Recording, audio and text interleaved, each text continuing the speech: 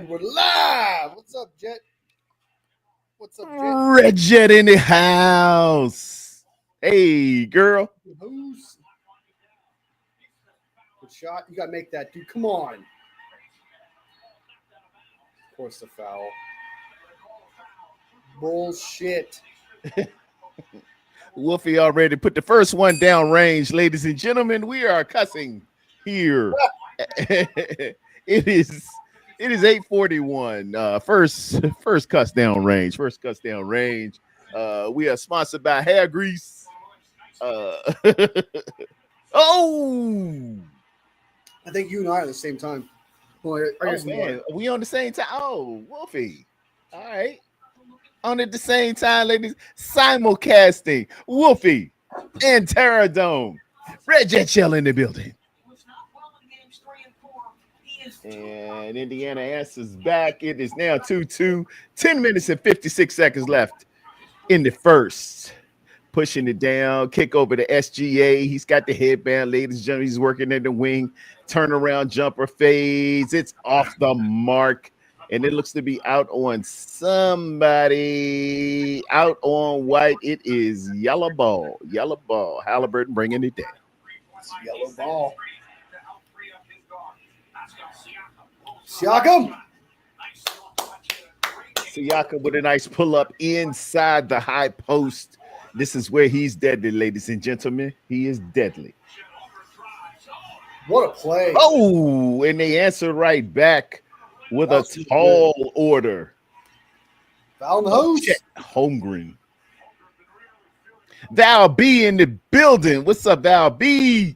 Wonderful to see you. Bang! Siakam from downtown. SGA bringing it up. He's trying to answer back. He's driving to the hole, but it's a block by Siakam. Foul on the play. A little bit of obstruction. It's probably by either Halliburton or let me see the Braves. Might be Toppin. No, your boy. Well, that's Turner. They showing the replay at. I know you don't care too much for Turner. Turner do miss them free throws down low, and it make you mad. I see you on the line. His defense is not bad. Like defensively, he does do good things, but like on offense, he needs to stay away from the ball. Like Blair, I don't think he's made a single three yet. To be honest with you, I think he's made like nine. He misses quite a bit. He's low percentage on three. He is. Bad. It is raining hard here in North Carolina. I can hear the beside my window pane.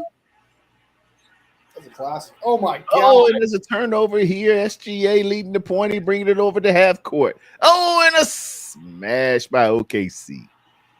OKC up by 1. Naismith dribbling. He's at the wing. He dribbles over to Turner, gives it back, going over to the wing. Naismith dribbling. Nice speed. There you go. Nice speed to tailwind Turner. Get involved, Turner.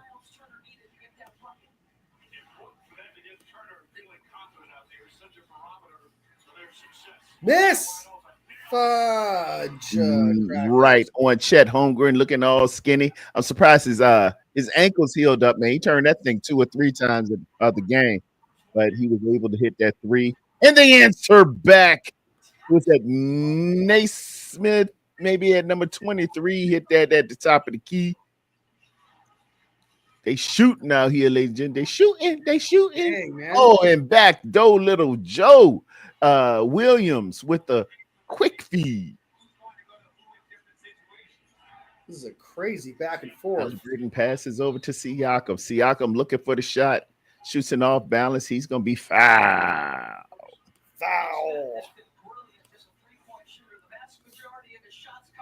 Yeah, Naismith. And when your name's Naismith and you're playing basketball, that was the original inventor of basketball, James Naismith. It's spelled different, but sounds all right. But really, you got to be good. Yeah. The more you know. That's crazy. I didn't know that. Another turnover.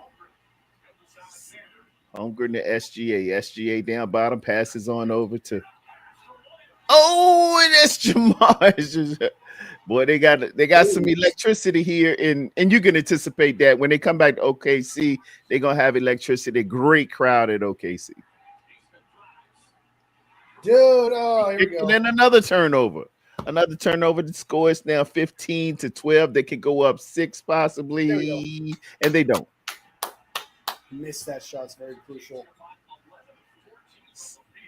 Halliburton, no! Halliburton tried to gun that thing up from the wing.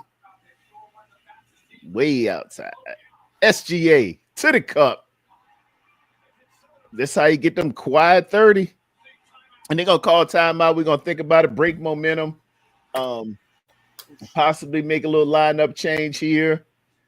And, gotta settle things down. That's the good thing about basketball, man. When you feel like the momentum is shifting, go ahead and break that momentum and do a timeout, make some adjustments, see what's going on. In football, you can't really stop it because it's happening. It's happening. I wish Kyle would get more into going up tempo. If we're stagnant, if we're ever stagnant, and it just don't seem like the offense is clicking, we're just not on all cylinders. You got to be able to just go up tempo and just go no huddle at any time. That's what they do in a lot of colleges and universities and other NFL teams. But I don't know. We just don't do that. No, I got you. Also, like when it comes to like timeouts seem to be more precious in football than they do in NBA. It seems. Yeah, you're allotted three per half.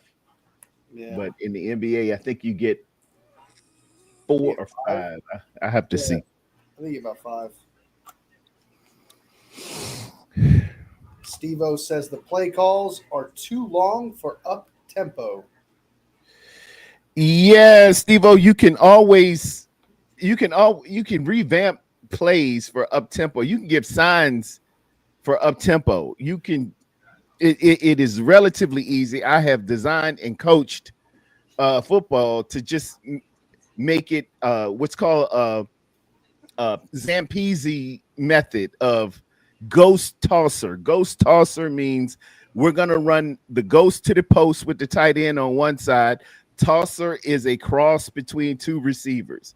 And you just yell out ghost tosser, yell out ghost tosser. We've had signs put up. Have you ever seen college football when they got those big signs with like Arnold, a color, a race car, and all that means motion, protection. So funny on TV. In routes. You can use anything. You use Wolfie. Wolfie, his first name starts with W. Okay, W is going to mean a particular route that a receiver is going to run. You'll put a picture there with Wolfie. You'll have Terradome in as the protection, which is scat protection. We're going to leave the tight end in. And a color is going to be the snap count, green. And, on the backside, we'll have a number, 42. And that means somebody's going to run a 4, somebody's going to run a 2. It's real simple. Or you'll use Jackie Robinson, who wears number 42. We're not rocket scientists, Steve-O. Trust me. we need stuff that just fits for you. We had a call called Nancy. Hey, we running that thing straight up the middle because Nancy was a questionable lady. We yell out Brooklyn. That means don't jump. The Brooklyn Bridge. You could do it a whole bunch of, don't tell me, hey, well, we just don't do this. We just don't do that. Bullshit. You lacking coaching. What the freaking fracking was that, dude? Yeah, he threw that one away. Somebody zig when they should have zagged. Somehow we still got the ball back? It must have got tipped. Must have. Oh, Turner's got the ball. Don't shoot it. Okay, thank God. Halliburton kicks it on over. Oh, my God. Take that shot. Oh my God, he did. He better. Oh my God. That's Oh on my over to God. Nate Oh, Smith. Lord. Nate Smith triple shot. It's coming off. And it's still a Way to go, rebound by Nimhart. Indiana. He goes by second chance points. They miss it. You SGA down the court. He crosses midfield crossover. cat, dude. SGA in the low post with a nice little floater lay in. Uh-oh. We got a tech. Rick Carlisle's pissed. He called a tech on when you see that, man, you done teched him up. You must call that man a son bitch. How do you, dude?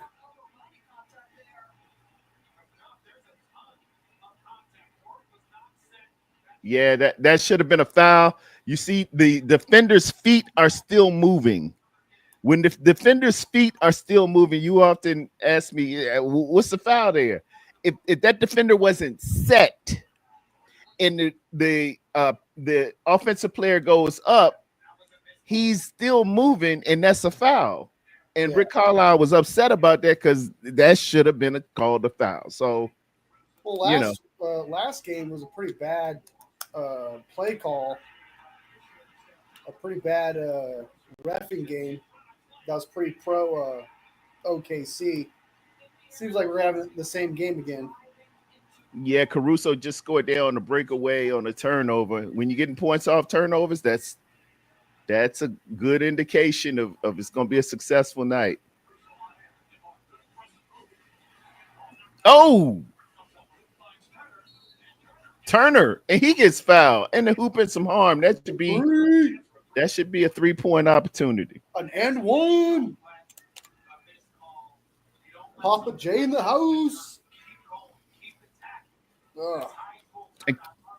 And Rick Carlisle's an excellent coach, man. Like I said, they got LeBron and them back in the day when they were supposed not 2, not 1, not 3, not 4. When they got Miami Heat, they beat them. Dallas beat them pretty soundly. I don't think he got to 7.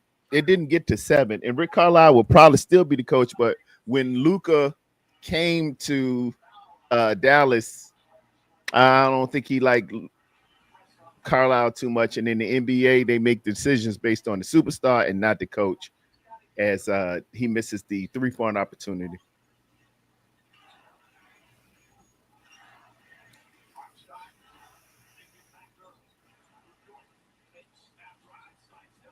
Oh, come on. There, Oh, he missed it from the charity stripe, but it's a rebound for OKC. Offensive rebound, second chance sports. Caruso, it gets blocked.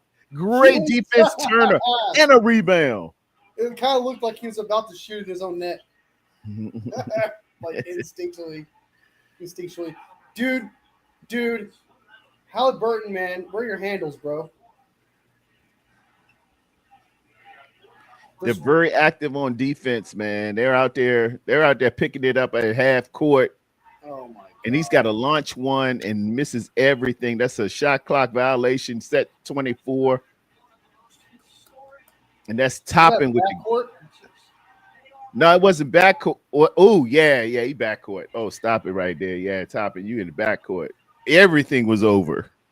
The hands, the feet, the ball, the man. Yeah, everything was back on the backcourt.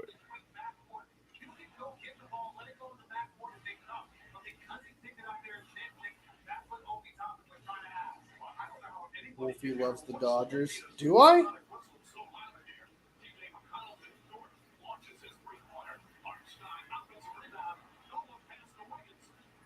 That's news to me, man. You learn something new every day. What do you got? The Papa loves the Padres. Wolfie loves the Dodgers. Apparently. I just learned that today. The Dodgers were successful this weekend. They beat the Giants, man. Sorry, Red Jet. Giants is on a little bit of a roll, but they got a shot in the arm. They got a third baseman coming from the Red Sox. He's batting at 267. His name escapes me right now. Y'all can look it up, but that's a pretty big trade. At least they're reporting it big. Yeah, it's all over my social media right now. Yeah, he's Supposed to give him a shot in the arm here, man.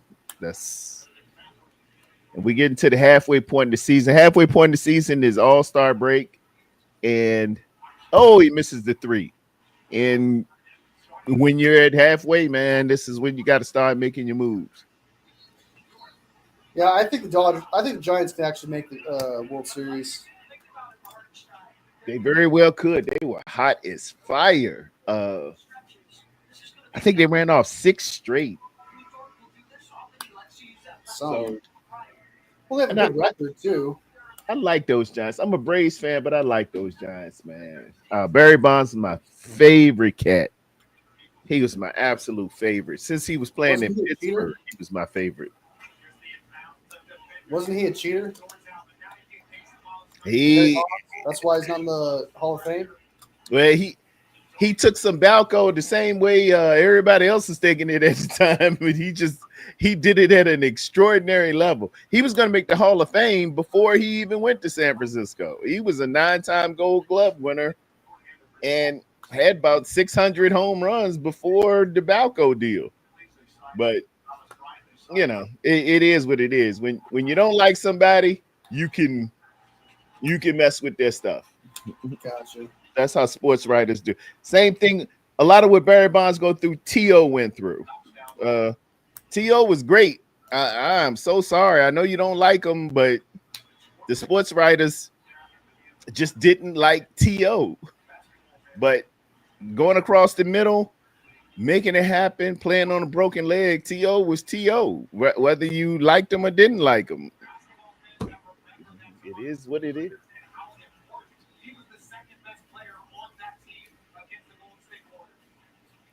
Yeah. Did he win he didn't win a World Series, did he? He didn't win a World Series. No. He played in one, man, and he did everything he could, but the rest of the team didn't quite finish things off. He came up a little short in Game 7 or Game 6. They playing defense. Caruso out on the break. Caruso, and he gets batted back, and it's a rebound for the Indiana Pacers, and a dribble around. You threw it back from Mathurin down to Siakam. Siakam working on the wing. Siakam trying to face him up. Pass to McConnell. And he misses. Foul on the play. Dude, oh my God. Indiana's going to kill me, man. That's a good speaker. Constant mistakes after mistakes. It's crazy work right now. But good hustle by Mathurin, man. What you want? Good hustle. Indiana Hoosiers. Yeah, I said Hoosiers. I'm so used to college basketball with Indiana being the team. They should call themselves the Indianapolis Pacers, but when you think Indiana, you think Hoosiers. Great movie, by the way. Gene Hackman, God rest his soul. Yeah, I was gonna say Indianapolis, Indiana is the same thing, right? Pretty much. Annapolis is the city. Indiana is the state. Yeah. OKC is going to end up in the bonus. Look at Red Jet coming with some knowledge. What is it? Indiana isn't the Pacer Stadium in Indianapolis? Indianapolis is in the city of Indianapolis is I think it's the capital. It might not be the capital. It's the metropolitan area of Indiana. Indiana is the state.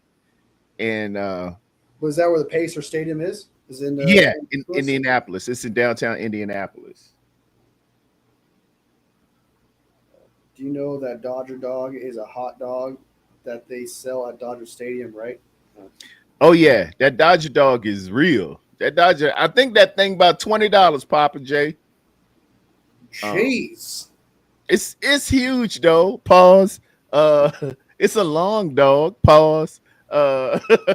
It's got all the fixes on it. You're talking about hot dogs, man. There's gonna be a lot of pauses, bro. You're gonna go through a lot of pauses. Yeah. Just pre-pause in advance. Yeah, the pause meter goes up. But they have it on YouTube how good a Dodger dog is. It's a pretty good dog. And speaking of dogs, Wolfie is rubbing a wolf. Is that your dog there? What's Oh the no, dog my dog. That'd be kind of cool. My dog. This is my cat. that's a cat. A dog, dude. This is a tiny ass dog. That's a huge cat. That cat's taking up like a quarter of the screen. She's actually tiny, I promise. So I think the camera's just making her look huge. Her name's Peanuts because she's so tiny. But I think the camera does make her look huge. Yeah, the camera makes it everything. That's why you got to lose weight on camera, ladies and gentlemen. The camera adds a few pounds. The cat look huge. Oh shit! You stuck? Hold on. There you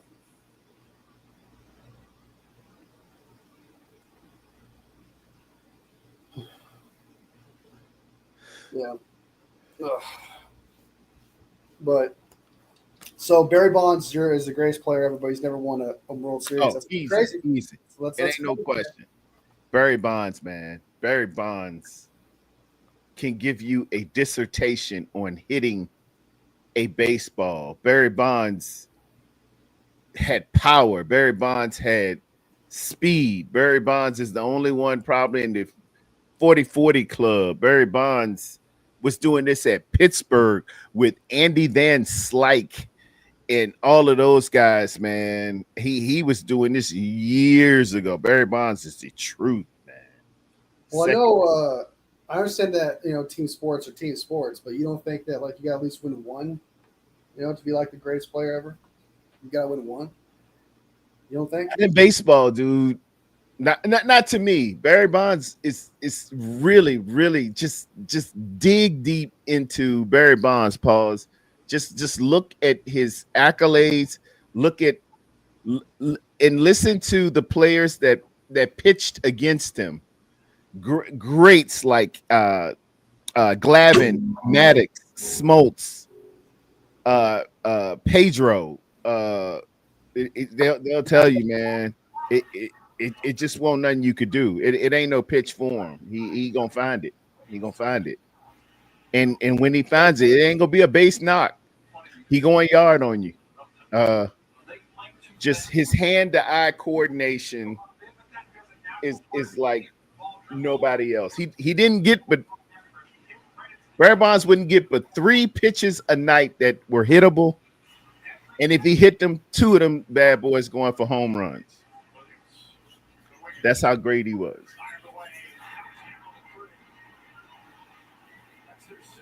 Williams to Wiggins. Wiggins done fired away and hit a 3. McConnell back down the court, outside the wing, looking, passing on over to Mathurin. Mathurin dribbling up, floater. Oh my God, dude! Down OKC. Scored now 26-17, 2 minutes 59 seconds left. They're crossing midcourt. This team, dude. This team, bro. We need to figure it out, man. This is crazy. So they're running picks. Nice. Yeah, he missed, bitch. Missed it, but he comes off. Great rebound. Heinstein. And that's a bomb from the corner. Who is that? Haverstein gave it on over first 3-pointer foul of Wallace. Wallace hit that one. Oh, look at Brock Purdy. Brock Purdy quick. You got to be trying to win the game, man. McConnell. Brock.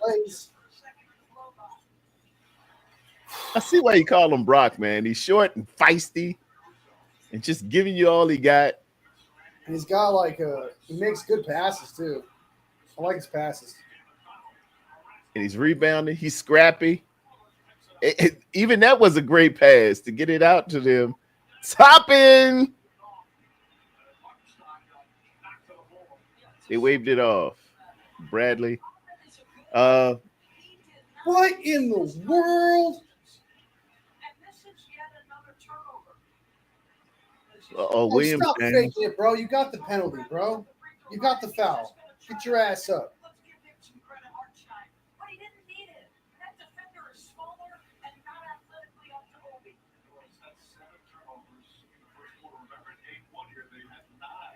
Man, hella faking. There's no blood on you, dude. It feel like blood because it's sweat. Oh my goodness gracious, dude. I don't know, Red Jet. I'd say OKC's just. It started off like they were going back and forth, then OKC just took off. Holmgren. And Holmgren misses gave them from the opportunities. elbow. Rebound paces. McConnell down, crossing half court. Looks to kick it over to Turner. Turner to Mathurin. Mathurin looking, Block a shot, traveling. man. He's at the elbow. Pass out to Siakam. Siakam almost loses it. Kicks it on back Bro, to help Siakam. him. Siakam with 6 on the shot clock. Siakam's got to get something up. There we go, man. Jesus. Oh, he hit that with 2.2 left on the Oh. shot clock. Very timely.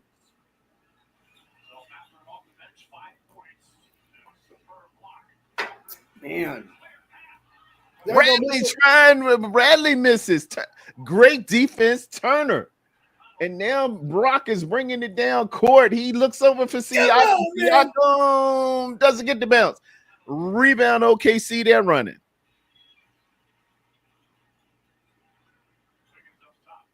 Passes out. You need to set it up. He's at the top of the key.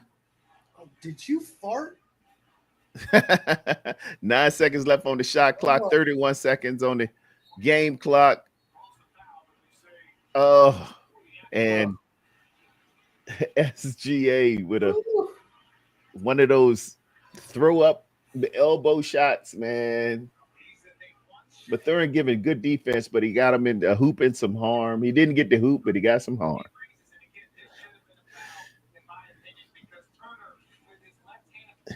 He got Papa J got Big Mac over Barry Bonds. That is dang, what's that? Al McGuire, or what's his name?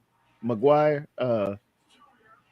See, Sounds McGuire like- depended on the steroids a little bit to me. But Barry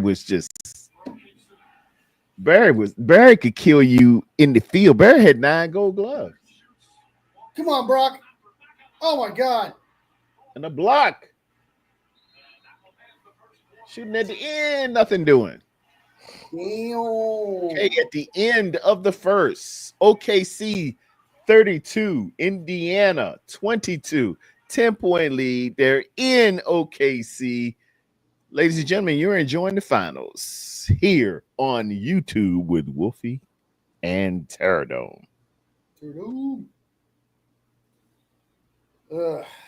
It's like sometimes watching this, man, where your team's just the clear underdog. It's just like you're getting your ass beat. It feels like. You Hey, man, feel the Indiana- battle as a fan. You feel the battle of trying to just claw your way to victory. And, Indiana never out of it, dude. I was thinking that they was gonna come back and win the last game. If it's close at the end, hey man, unless you beating Indiana by 10 with 2 seconds left, and I done seen them pull out anything. They are a very formidable opponent. They're very, very good. They were only ranked 4th coming in. They were seeded 4th coming into the playoffs, but they have battled and shown what they can do. Rick Carlisle is very, very capable, a very good coach. Ellison seems to think he's going to go into the Hall of Fame, whether he wins this series or not. He's a good coach. He's going to give you what he got. Get my name, man. Yeah, but OKC definitely won that one. It's like a quarter when it comes to basketball. So far, I realize it's a quarter by quarter kind of type of battle where it's like you could be down whatever it is the first quarter. It kind of resets itself in the second quarter, third quarter, fourth quarter. Not like football where it's kind of like transferred over because possessions stay the same through transition. Where basketball, it all kind of like it's all different and it kind of resets itself. So like if you could win one quarter and lose one quarter, it could all balance itself out. So Indiana can do it, and I totally agree with that. Like Indiana has that ability so far to show that like they're never actually out of it, which is awesome. But it's still just exhausting. Where it's just like you got to give us one where you're just destroying this team, man. You gotta because like even as a fan, when you're watching, you know you believe in your team in the fourth quarter. You're still suffering through that fight. You're still suffering through that struggle, even though you know that they all 4 quarters they will keep fighting. It's just kind of like when you see a turnover, a stupid pass, a shot they should easily make, and Yeah. Jones, it just piles on and piles on and piles on. It's just, geez, As it man. stands right now, Benedict Bethune is the leading scorer with Siakam beside him. No, Pascal Siakam is the leading scorer with 6 points for the Pacers. And on the Thunder side of things, it's Shea Gilgis Alexander, Shea Butter with 7. Stats go as it is. Field goal percentage, Oklahoma City is leading by 8 with a 48-40. 3-point percentage, Oklahoma City with 66, while the Pacers have 37. Free throw percentage, 80% on OKC versus 60. 3 of 5 by the Pacers. They're doing what they got to do. Points in the paint, it's those Oklahoma City Thunder. They will get the points in the paint. High percentage. It's like small throws in football. Points in the paint. There's a miss, though. All right, let's get points off the turnovers. That's a turnover. Just got to get points.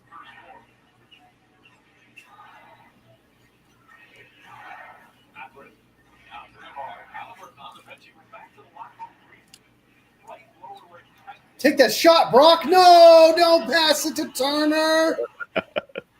It's a turnover, ladies and gentlemen. They're back down. Shea Butter passes out to Holmgren. Nothing doing. Coming off the rebound. It's the Pacers back down, crossing midcourt. Bethune to Siakam. Siakam down low. Passes it out. He turns it over. Wiggins fires it up. He hits a 3. It's now 35-22. Indiana, bro. It's like you said, man. You got to capitalize on the turnovers, dude. Those turnover points are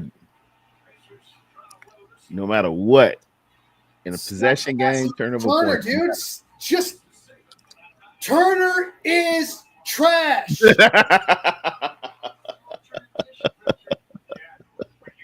God. Okay, you've been watching this entire time. There's been one good moment with Turner on offense? There's been 8 times this motherfucker's been part of the offense, and it always goes bad. He's trash on offense. Stop giving him the ball. All right, I see why you say that. I understand. I do understand, but his skills are dispersed with defense as well. See, now that was a good defensive play. He stopped it too. He just can't. He ain't the offensive guy, but he can stop defense. He takes the initiative though. It's like don't be taking no initiative on shots, man. Like if you're the last guy to touch it, 2 seconds left, you have to shoot it. Yeah, you are that guy. It's kind of like when I watch Draymond Green shoot. Like, take the first shot. It's like, bro, take it, Brock.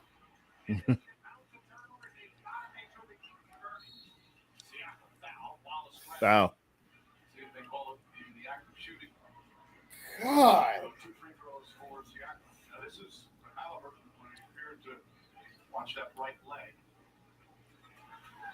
That's the one that he went back to the line, had to check. Again,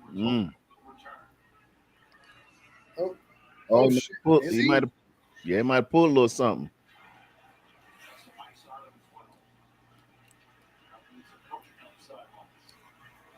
Might pull that calf, man. That calf feel like I mind playing with Ellison and my son when I was 44.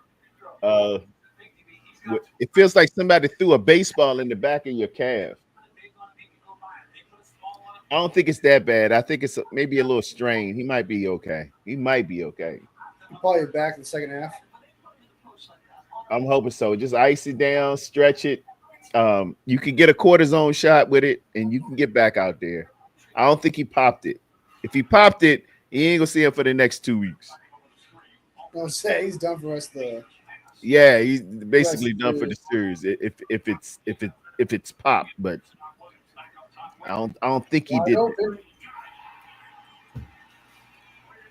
The scores now after a 3 by Wiggins, he's hot 38-26. The lead is 12. 8:53 left in the second.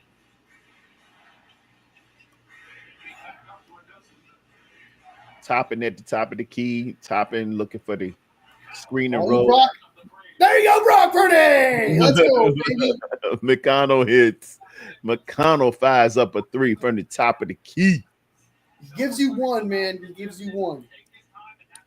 That might be the spark. SGA just down the middle. And a foul. Shea Alexander, take it. I didn't Yeah. look. I bet you it's Shea. Yeah, I didn't even look. I just thought it was Shea.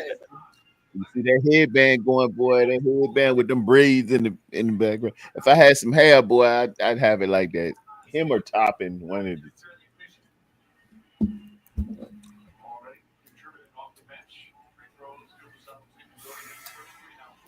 I think also one of the frustrating things about Shea when he takes the free throws, it's guaranteed score because he's so good at free throws. That's how your big time scorers are, man. Jordan, Kobe, Dominique Wilkins. You have to be 90%. Steph Curry, you got to be 90% or above from the charity stripe. If you're a pure shooter, you got to make it's a big penalty to get them on the line. That's why you have to let them boogie. You have to let them boogie because they'll kill you. Rebound, takes another there you shot. Go, redemption. And it's in. Nice shot. Well, it's kind of like lead is 8. I don't think he's missed a single free throw this entire series. I really don't think he's missed a single one. He's very good. he is very good. It's in the 90s. Let me check him. He's like 40 for 40. He's got to be.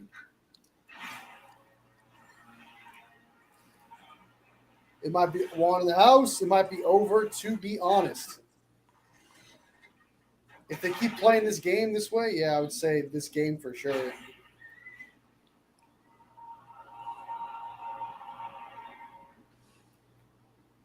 If they keep playing this way, it's over. They need to make some adjustments. They need to capitalize, stop turning the ball over. They got to make those threes.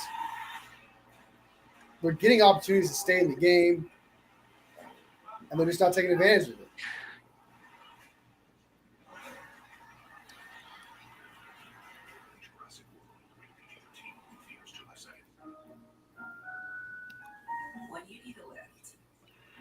Yeah, he's at an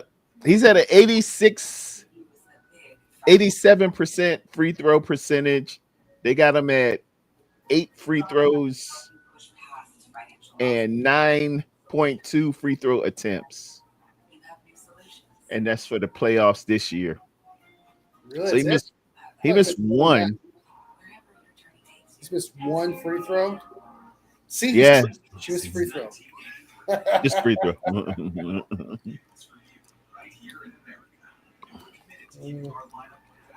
30 points a game. I picked him up last year, man. I said I was asking Ellison and my man Callie Young, who is this Shea Gilgeous guy? Because I was gonna get on Underdog Fantasy and I would check the stats and see who's the top 5 guys you can get every every week. And every week, this dude coming up with 30. Every week, every game, 30 points, 30 points, 30 points. Who is this guy? They say he used to be a Clipper. He's a Canadian dude. I said, this dude can play, man. He don't miss. He's good. Yeah, he kind of came out of nowhere, right? Yeah. He was with the Clippers So I just in read about this. 2018 and 2019. Clippers said, we're done. He averaged with 13 points a game. He goes to OKC, goes to 16 points a game in 19 to 20. They don't have anything from 20 to 23, but in 23, he erupts 30 points a game. That's when I picked him up, 23-24 season. And then the 24-25 season, he out there just dominating. He's good. Yeah. MVP. Should have been Curry. That's what they say, but where's Curry at right now? He got hurt, man. That's always why he's out. That's I'm always just why the saying. Warriors lost, bro. Hey, I'm just saying we got to look at who. Warriors would be in the finals right now if it wasn't for the injury. I love Curry too. He's a North Carolina dude. Went to Davidson down in Charlotte.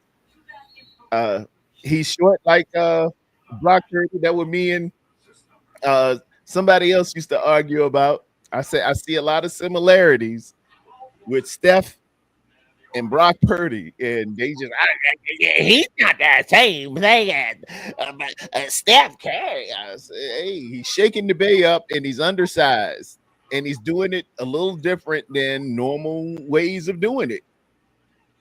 That's all I'm saying. Halliburton. Dude. Oh my god. Yeah, Halliburton's hurt. You can tell.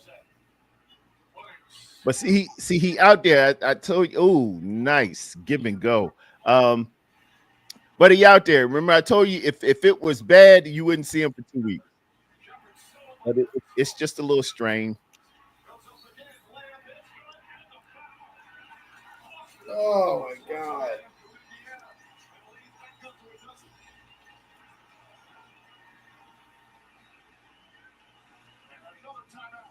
That was Williams on those points. Oh, dude. If I wanted to watch ass beating, I'd rewatch the 49ers versus Dallas Cowboys game, dude.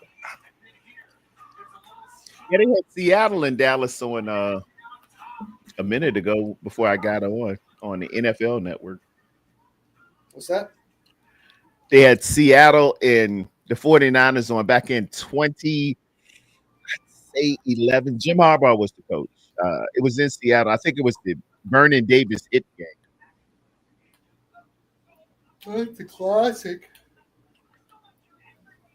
Yeah, they roll out some classics sometimes on the NFL network. I like to see them. Yeah. Turnovers are killing the Pacers like they do the Warriors, Red Jet Shell. Val B says, good. Bebop Jones, I hope game 7, these games have been fire. It has been a really good series, right? Juan, what's up, Val? Let's go Pacers. One blowout so far. There's only been one blowout. Yeah, maybe that game 2 or game 2. I think it was game 2 where they tied up the series 1-1. Yeah. They got obliterated. OKC completely obliterated the Pacers. The Pacers, man, they're keeping up pace. They're doing their thing, Yeah, and they're the Pacers. They really have been living up their name. Yeah. Thusly the name. Oh. But can they? If they lose this game, can they win 2 in a row, man? I don't know. It's been a lot of back to back. They've had opportunities to win 2 in a row. Last game, and they just couldn't. Yeah, some bad calls didn't go their way. Majority, stuff like that was pretty bad. But those free throws at the end, man, really kind of missing those free throws at the end of that game is what I think really kind of cost them. Bad play calls or not. Sorry, bad fouls or not. Yeah. There was an opportunity to win that game. They let it slip because they couldn't make those free throws. That one guy went 0 for 2. Then I think he got fouled again. He went 1 for 2, and dude, it was. Yeah, those free throws kind of did you in. So I really want the Pacers to win, man. I really do. But starting to develop a hate for the OKC Thunder. They're gonna be they're gonna be like my Steelers for basketball. Since I really don't really hate any basketball teams, I'm starting to develop a hate for OKC. And so people were like, "Why do you hate OKC for? They didn't nothing to you. They don't affect the Warriors." Like, this is why, because Indiana played them there. That's what's going to develop. I'm like that with the Celtics. No matter what, I don't want the Celtics to win. Nothing. That's one team I don't want to win it. They've won enough, right? They've won enough. They don't need. Yeah, they've won enough. Every excuse. They just used to just beat us, and it just used to kill. Can't stand them. Yeah. I actually have a love for the Bulls just because of Jordan, because I grew up. Yeah, it's nostalgic. Yeah, I had his toy. Everyone would say Jordan. People say Kobe. Yeah. Jordan was the icon. So I was kind of like a love for the Bulls, but they've never got together after him. Make that! Oh my! Holy air ball, dude! Halliburton off a little. Yeah. Halliburton off. Let me see what his numbers look like. 11 minutes, 0 rebounds, 2 assists. Missed. I got him down at 0 points right now. Yeah, he hasn't been a shot yet. Yeah. That one guy, I don't know who it is. Is it number 1? He looks like he has no neck, man.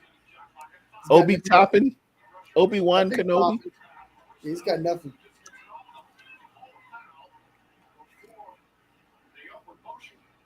He's got broad shoulders.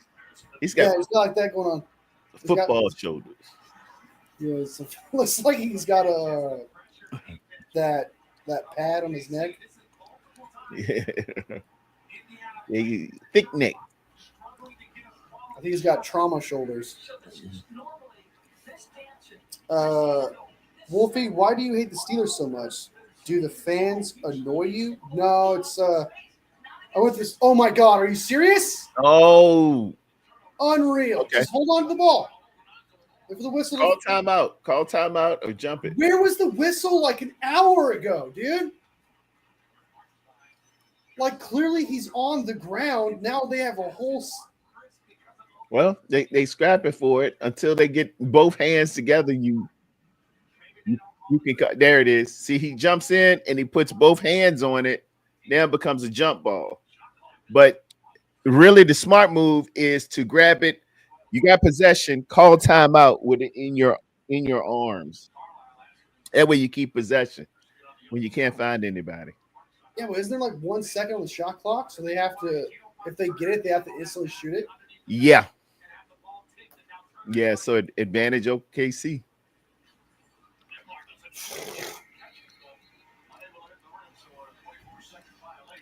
That was ridiculous. Advantage. 13-point lead, OKC, 5:55. It's kind of a long story. I told Terradome how I became a Steelers hater. It just became overtime. It was an overtime development thing. It wasn't like first, to try to give you a short story, I got into football like a lot in 2005. So I didn't develop my hate for the Seahawks until later on. And the Seahawks just had their Super Bowl. I didn't like the officiating for that Super Bowl, Steelers versus Seahawks. I felt they got cheated. Then there was like a game versus the 49ers against the Steelers. I didn't like that. And then it just kind of like every time we faced the Steelers, there was a lot of shit talk. Ben Roethlisberger would talk a lot of shit. Players talk a lot of shit. There was always like it just kind of developed over time. The animosity. I think it was really kind of like and then I went for the Cardinals in the Super Bowl against the Steelers. That didn't help. So I built an animosity towards the team. Try to give you that's like the short story of it all. Animosity over time. Yeah, it wasn't like one thing or because I know somebody. It's just every time they just have a lot of stories of just pissing me off because they either dominate a team or they talk a lot of shit or something like that, or I bet against them, They have been a menace. Story in 84. In 84, we would have had the perfect season, but there was a phantom pass interference call against the Pittsburgh Steelers at home, which gave them a fresh set of downs on the goal line, and they beat us. But the 49ers would have had a perfect season. We only had one loss. It was against Pittsburgh in the 83 to 84. No, I think it was 84 to 85 season. 84 to 85. One loss, and it was them damn Steelers. So maybe it's just in my blood because of that. Yeah, we went 16, 17 and 1, something like that.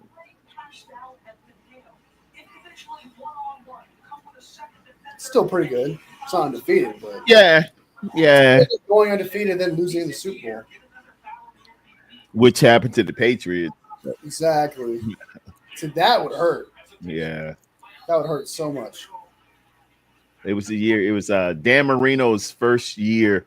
Dan Marino in 84. I'll tell you how bad people was like, oh, Patrick Mahomes, we never seen anything like this.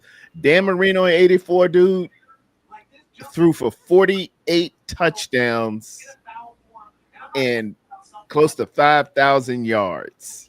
His first year starting. It was his second year, but his first year starting. That's an insane year these days. Yes. Year these days. Yeah, man. Dan Marino was not playing around, man. And hey Wolfie, I was kind of nervous. I was kind of nervous. It was just gonna be our second Super Bowl, so I'm really nervous with Dan Marino throwing there's a cat named Mark, two cats, Mark Duper and Mark Clayton had 1,000 yards apiece, and he had a running back named Nat Moore. And man, those Dolphins were an aerial circus. That's what Dick Enberg called them. And that 49er defense, man, we won't play. Keena Turner, shout out to Dwight Licks Hicks and Ronnie Lott and Carlton the Truth Williamson. Those guys went man up and did not play around, man. They were really, really good. Roger Craig should have been MVP. They gave it to Joe Montana, but Roger Craig scored three different times. He was masterful. Yeah, and then the next draft, we draft Jerry Rice. This was before Jerry gets there. Jerry comes to the Super Bowl winning San Francisco 49ers. That's how ridiculous it was.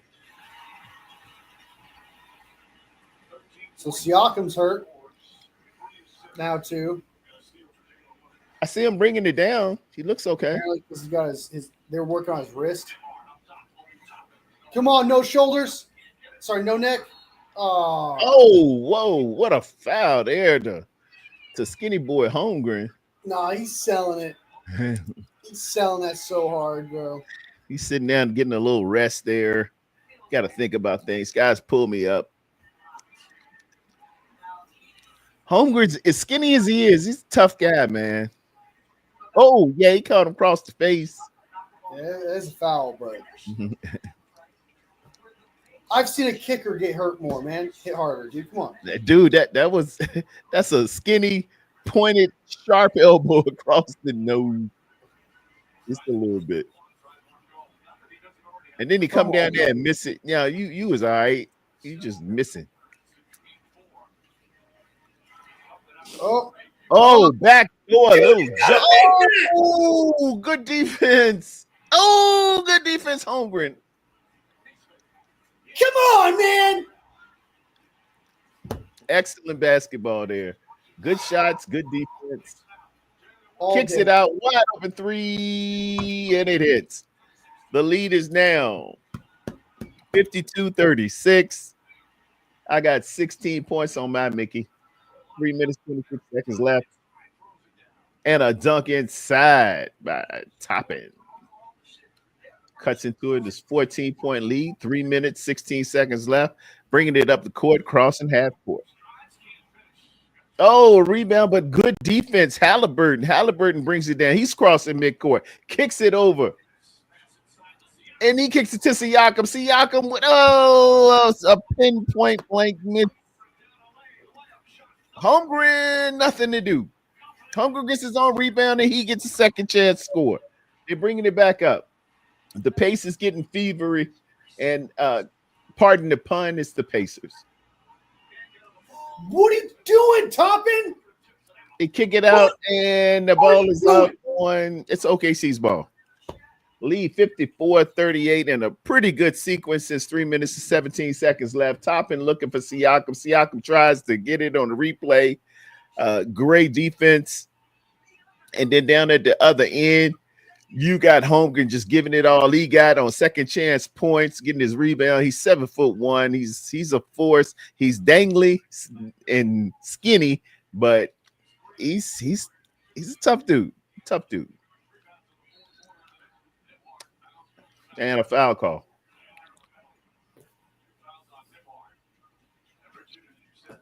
Bro.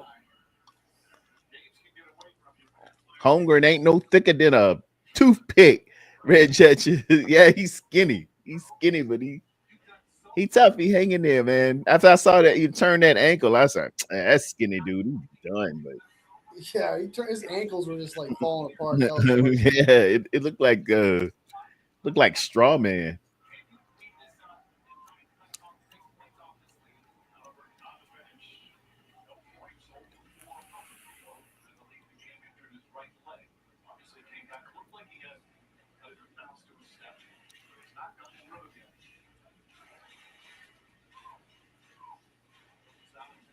Come on, man. Miss this. You miss it, we win this game. You know SG ain't missing a shea butter. I just need some sort of like yeah. I understand. You put the woo on it, you gotta sprinkle some magic or something. Don't let Turner shoot that shit. There you go. There you go. Come on, man. Left on the shot Don't clock. let Crusoe strap you up, dude. There you go. All right. All right. Drop Numhard. God.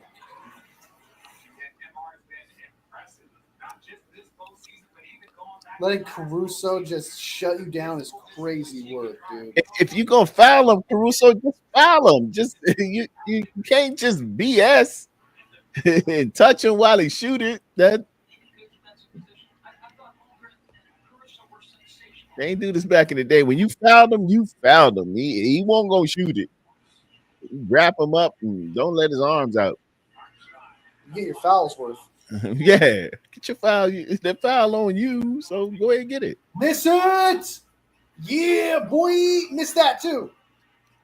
Missed that too. There you go. Good job, Good Siakam. deal by Siakam. Good defense. Pass out to Mathurin. Mathurin down on the low post. Oh, and he picks up a foul on the reverse. That's two quick ones on Caruso. He's going to sit down.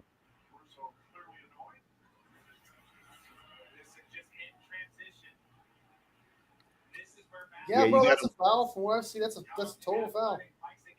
Got him with some body. This is the guy that missed 2 in a row shot. This is the guy that lost him the last game. This guy right here. And Mathurin. You need to make this, dude. Dude, and he's back to his ways, missing free throws, dude. Oh, Holy no. shit, dude. Ball don't lie. Minute 44 left in the half. They're down 4, 16, 15. I'm fouling this guy every chance I get, dude, because I know he's going to miss.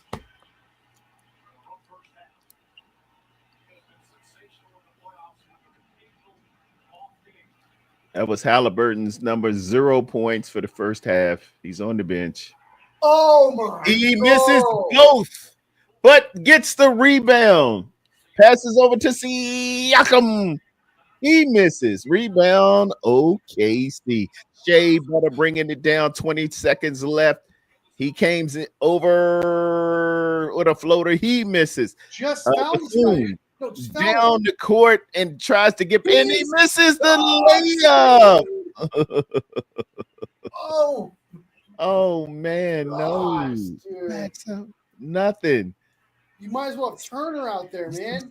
A sloppy ball here. That's another miss. I seen is that 4 misses, including the free throw? My That's 5 misses and a foul, though. professional basketball players, dude. You're like going off, naming off missed shots and shit, and I'm just like, oh, Another miss. Dude, these are professional basketball players, dude. This is crazy. He looks a little nervous at that free throw, So, and he sinks one. Okay. 56-42, 1 minute, 1 second left. Checking into the game is Halliburton. And the bearded guy here, I got to find out who's that, Bradley or something? Tony Bradley. Come on, man. We need these points. There you go. There you He go. drains both of them. 13, 1 minute, 1 second left. Bringing it up court. Crossing midcourt, 18 seconds. Shea over by the O in the OKC logo. Picks trying to be made. Shea working to the elbow. Shea kicks it out. Bang! 3 pointers by Wallace. 59-43, 40 seconds left. Nimbar bringing it down, crosses midcourt. Nimbar looking at the corner. Nimbar looking, passes over to Halliburton. Halliburton looking, he cuts to Siakam. Siakam to Mathurin. God, dude, don't let him in the ball, dude. Stop letting that guy touch the Siakam ball. posting up. He kicks it over Halliburton. Halliburton from deep. Oh my gosh! What a rebound, Mathurin. He gets it in. Dude, it's like pulling out a nail just for them to score. 3 seconds left. And a long three. Nothing doesn't draw iron. Halftime here, 59-45. 59-45.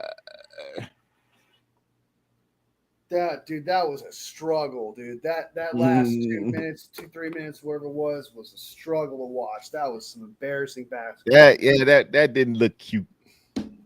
Oh That didn't look cute at all. And my goodness. Talk about you're gonna have Stephen A on with everybody on ESPN, and me and Wolfie will collect our thoughts. What are your thoughts on the 59-45 at the half, Wolfie? What do you think?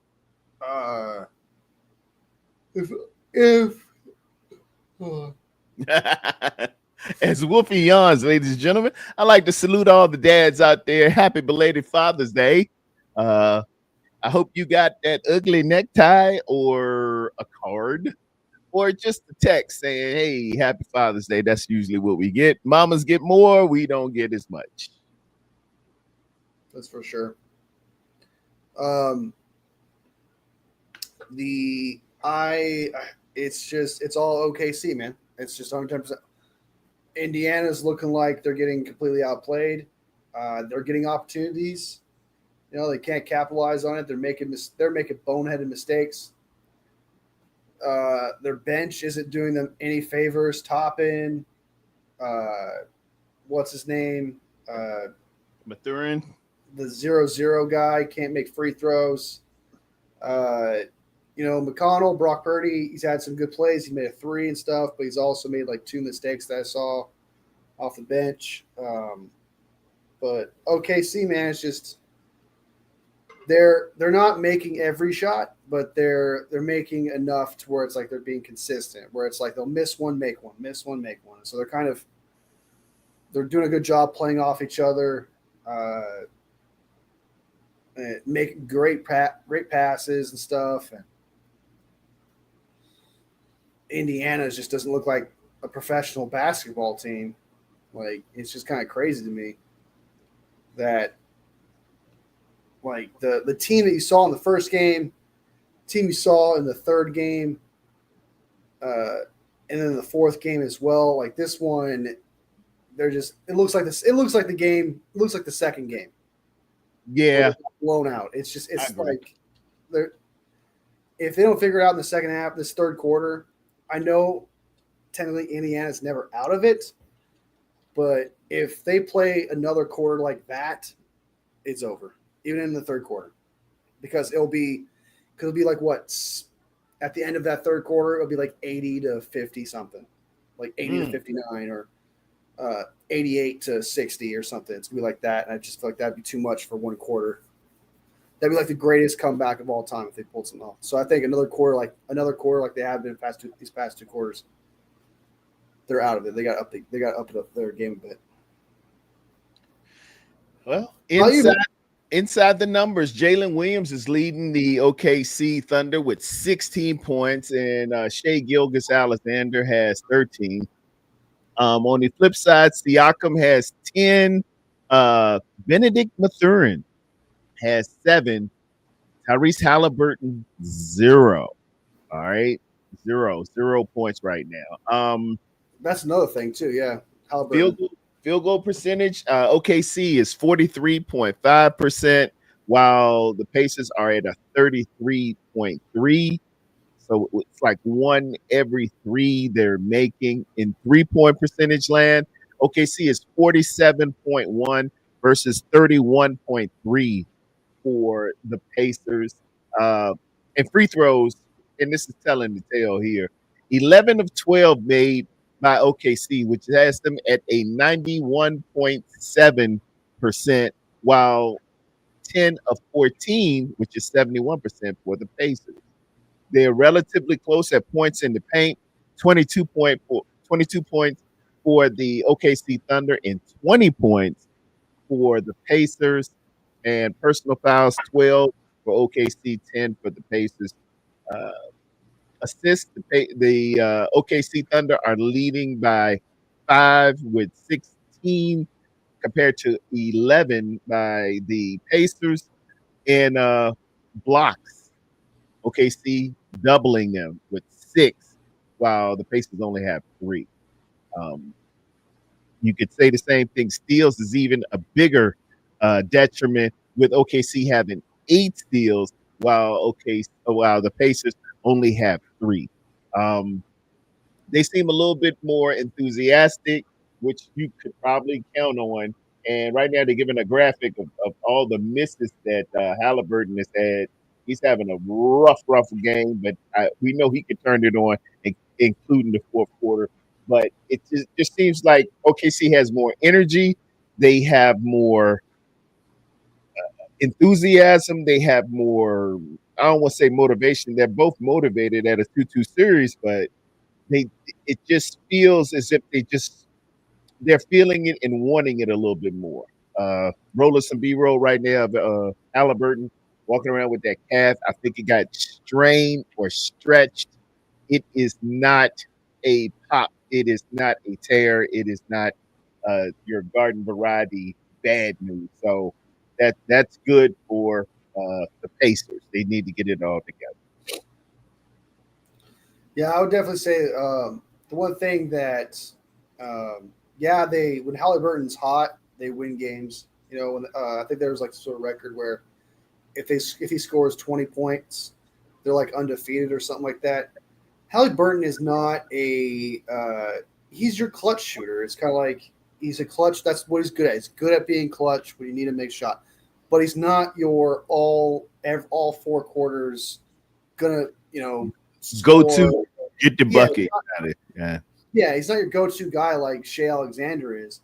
Pacers, from what I gathered in my short time watching them, it seems like the entire team, Siakam would be more like their main shooter guy, while everyone else kind of helps out with that. Yeah. It's really a team effort from the Pacers in the scoring aspect of things. But if one lags behind, they kind of lag behind together. It's kind of what's happening with Halliburton. Halliburton needs to start scoring something. Not asking him to be.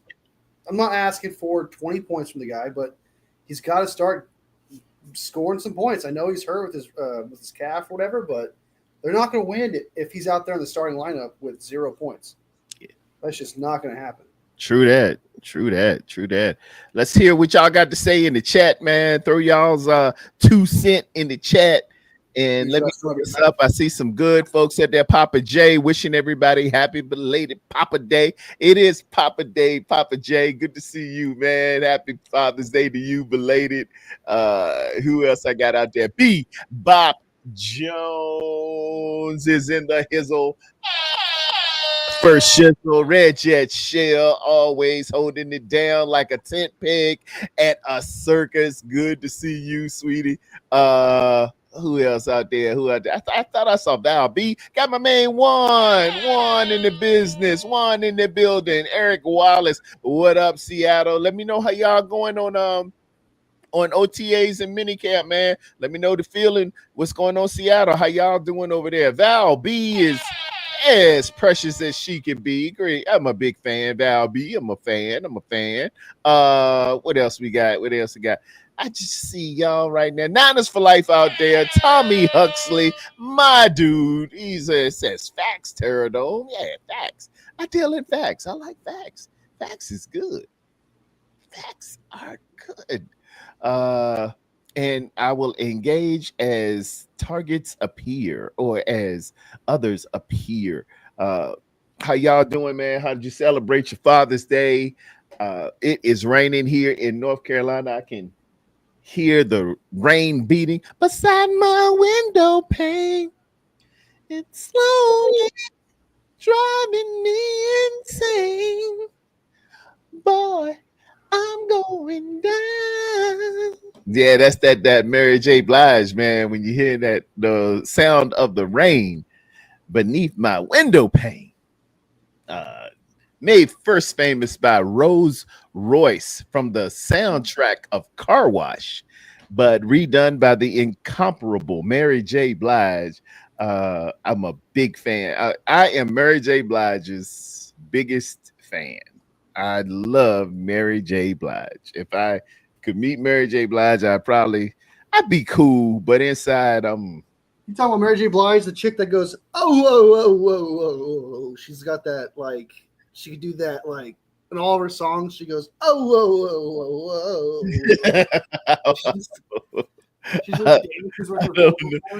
I'm talking about Mary J. Blige, the soundtrack of my life.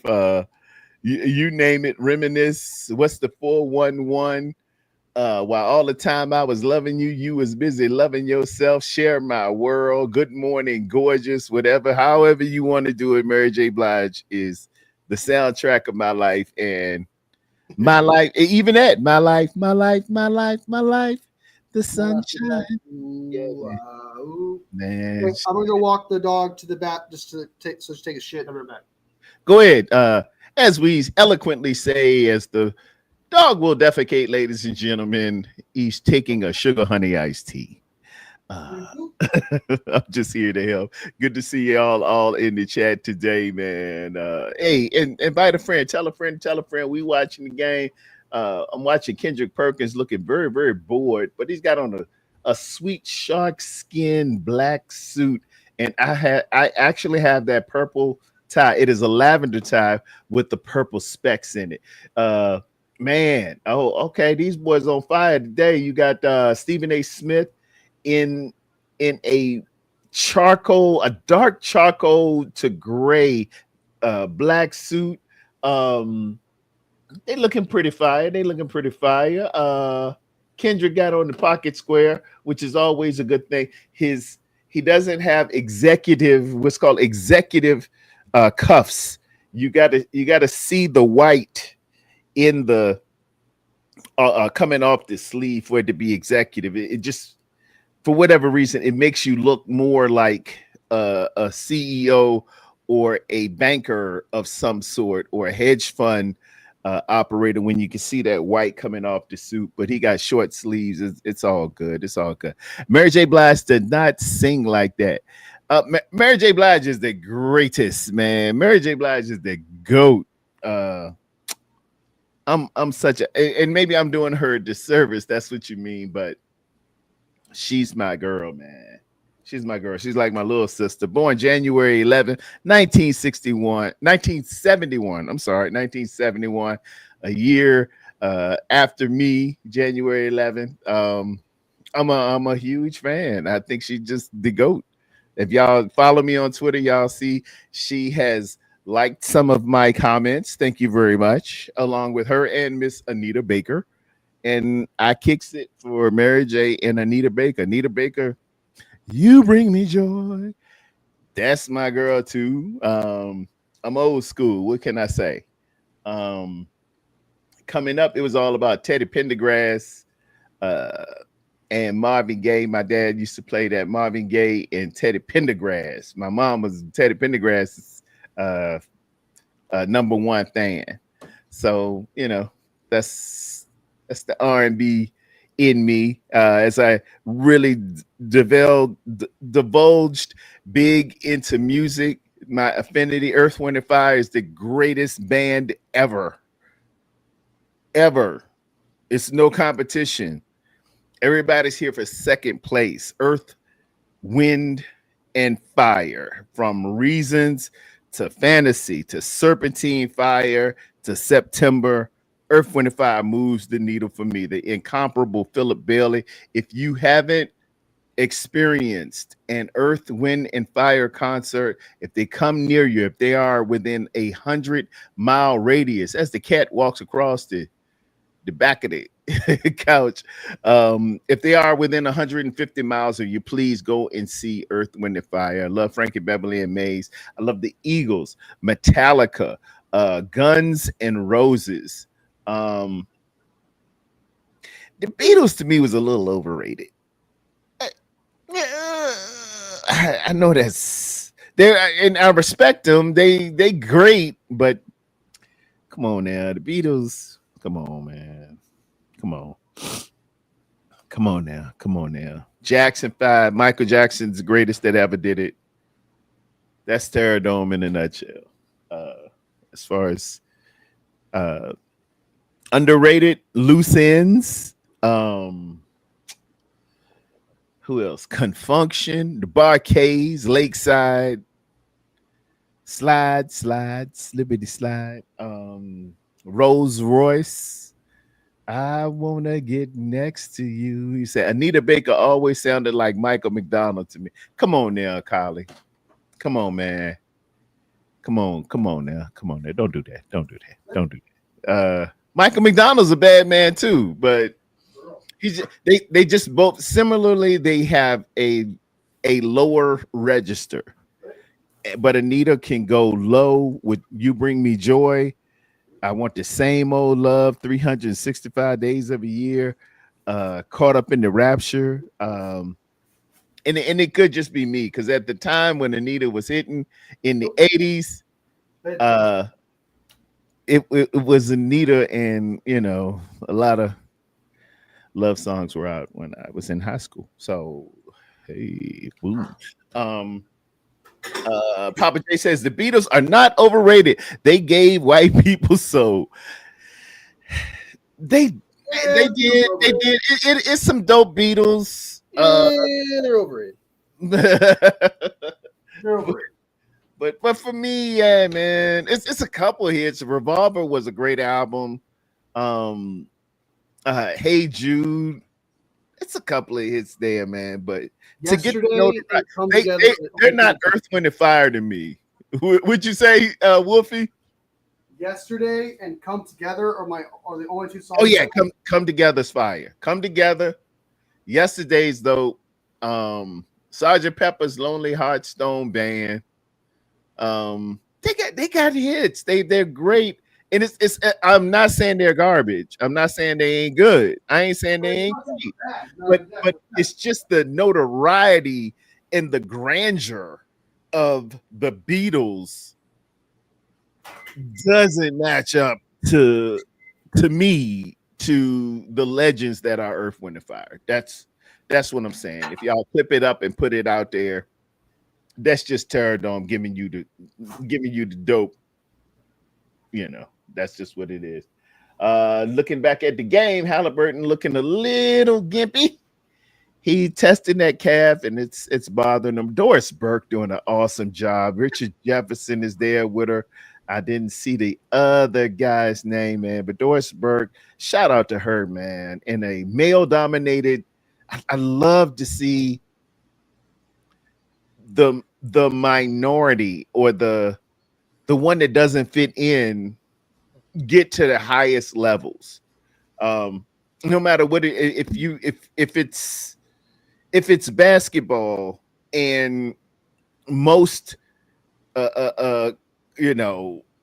point guards are African American and you get white chocolate coming in there, I'd love to see that. If it comes from baseball, wasn't it only had white folks, but here Jackie Robinson comes and he tears it up. I kind of know what it's like to be looked at stereotypically one way. So when I see you ball out, whether you be man, woman, child, black, white, Chinese, Puerto Rican, Asian, Hispanic, when I see you doing something and niching your own space in different stuff, it means something to me. That's just me.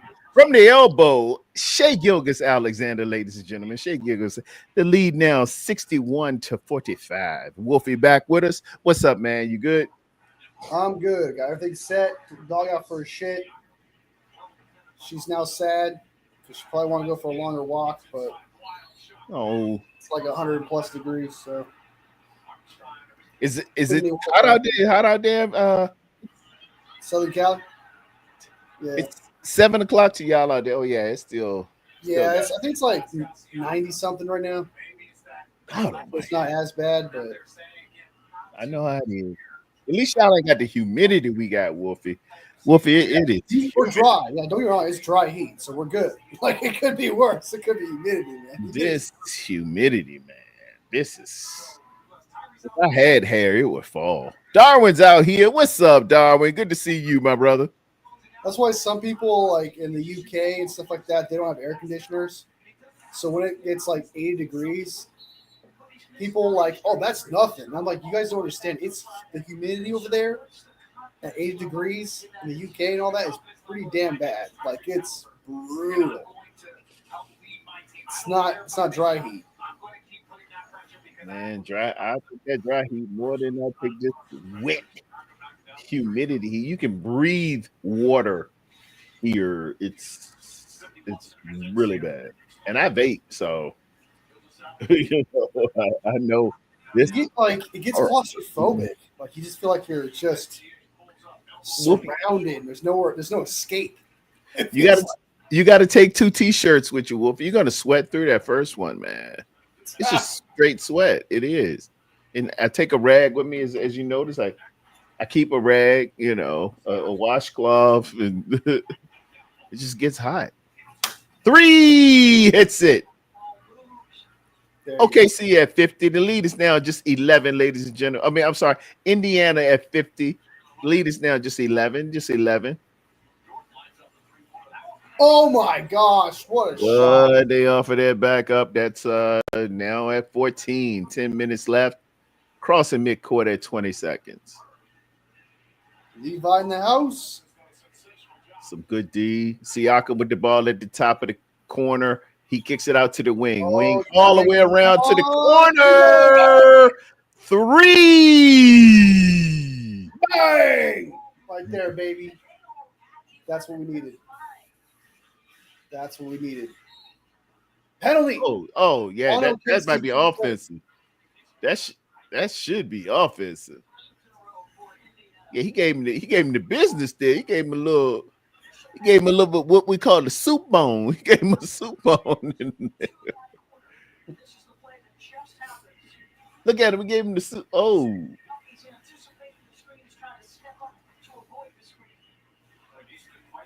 and he called it on the defense. Holmgren dribbles to the corner, to the elbow. Holmgren off. Freaking Shea Alexander. Off Fleabag. Siakam working on the elbow to the mid post. Siakam. Oh, and it comes off.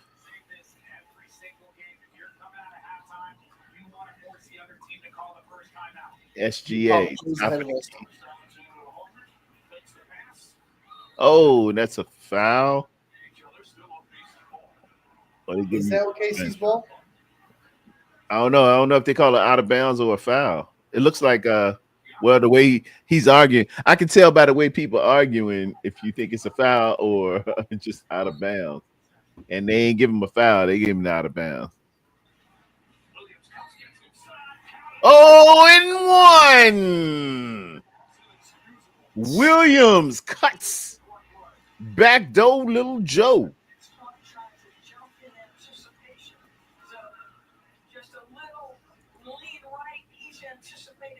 Where's the foul? It's a little mini push on Jalen Williams there. See the foul in the back? They gave that on Naismith, I think. That was a foul, dude. Can't touch him while he's shooting. Because you can adjust a guy's shot, especially if he's breaking to the basket and trying to go for a quick one. If you just shove him a little bit, it'll make you miss. Can you just make one?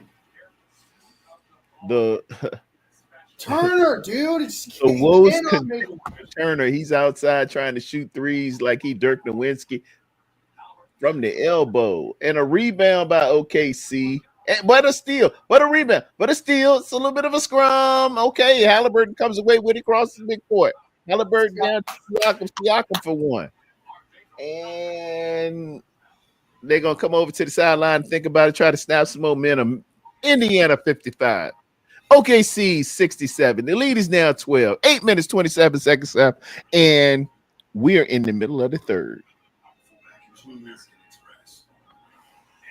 So Levi's having a pretty good offseason. Bengals are doing trash. Probably gonna be trash this year. They're probably not.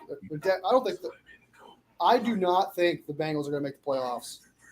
Browns aren't going to make the playoffs. Steelers, they might make the playoffs, but I don't think they're going to go beyond the wild card round. I think the Ravens are going to.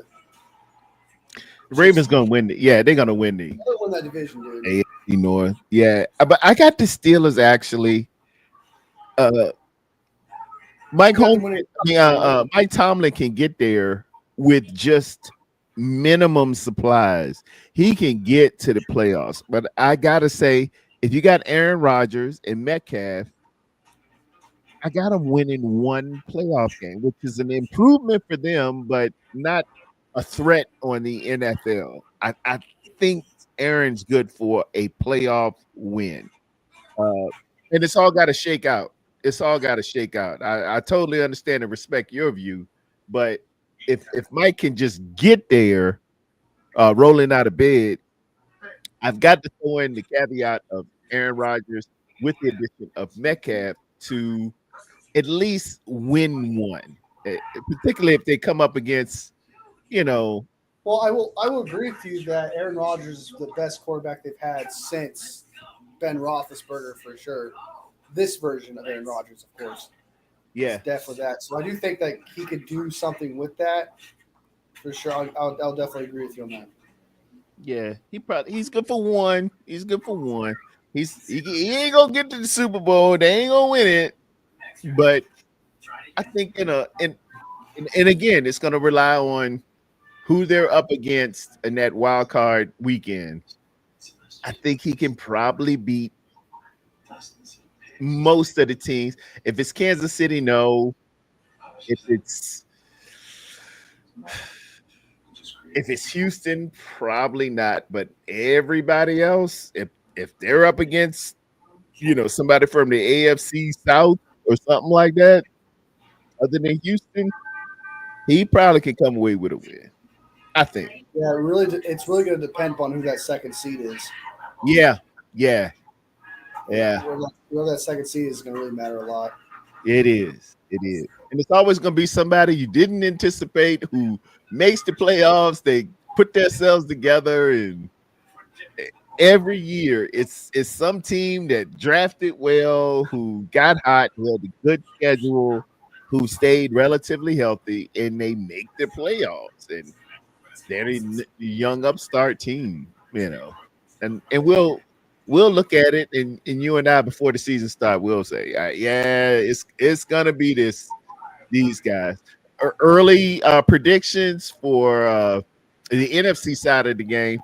I think Chicago, they made a lot of good moves in free agency, in the draft. They had some pieces. Good coach added. They're gonna be that team that wasn't there last year, but they're gonna make noise. They really don't have that many holes, like you said. You pretty much hit it on the nose. That they on the defensive side of the ball, they may have some things like they could use probably more pass rush. They still have Montez Sweat.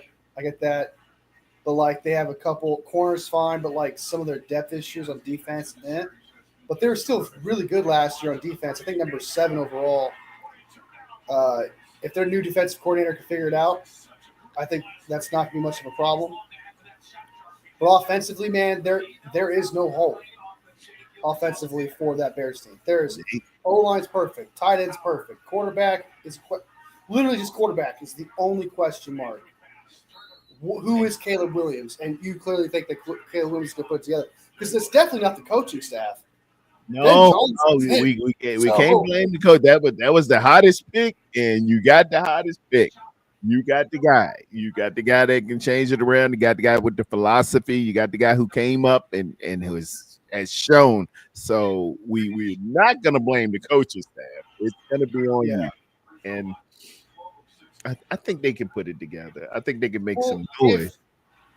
If Caleb Williams has like the same amount of sacks, again, it's definitely Caleb Williams. He's the reason why that line last year was trash.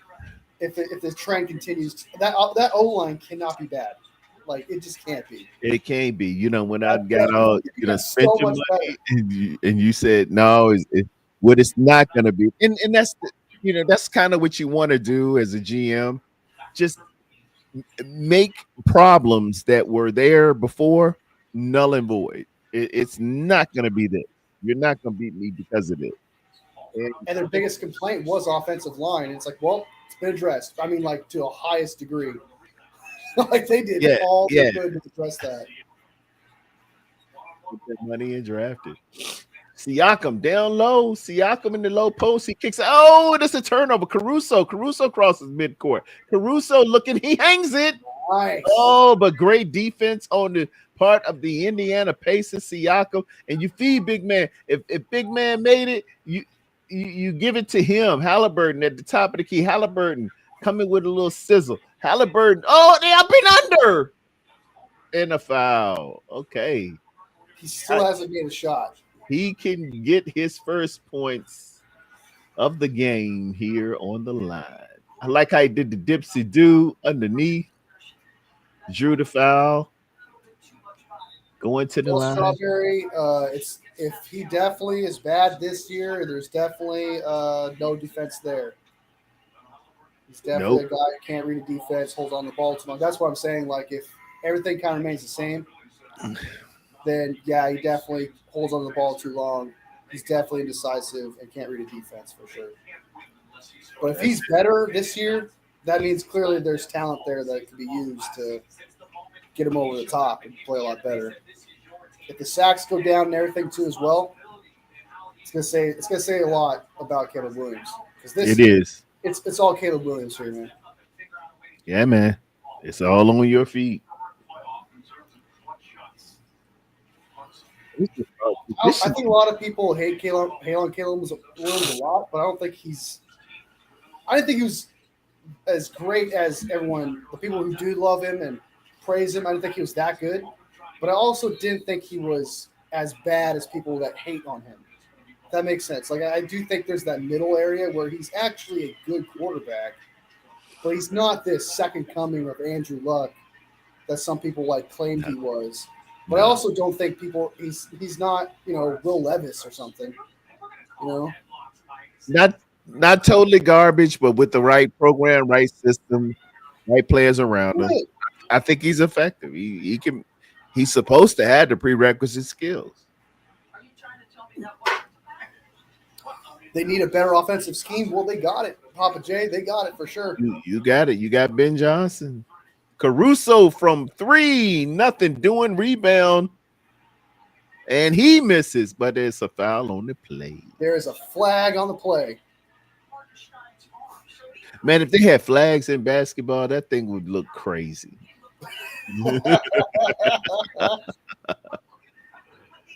For real.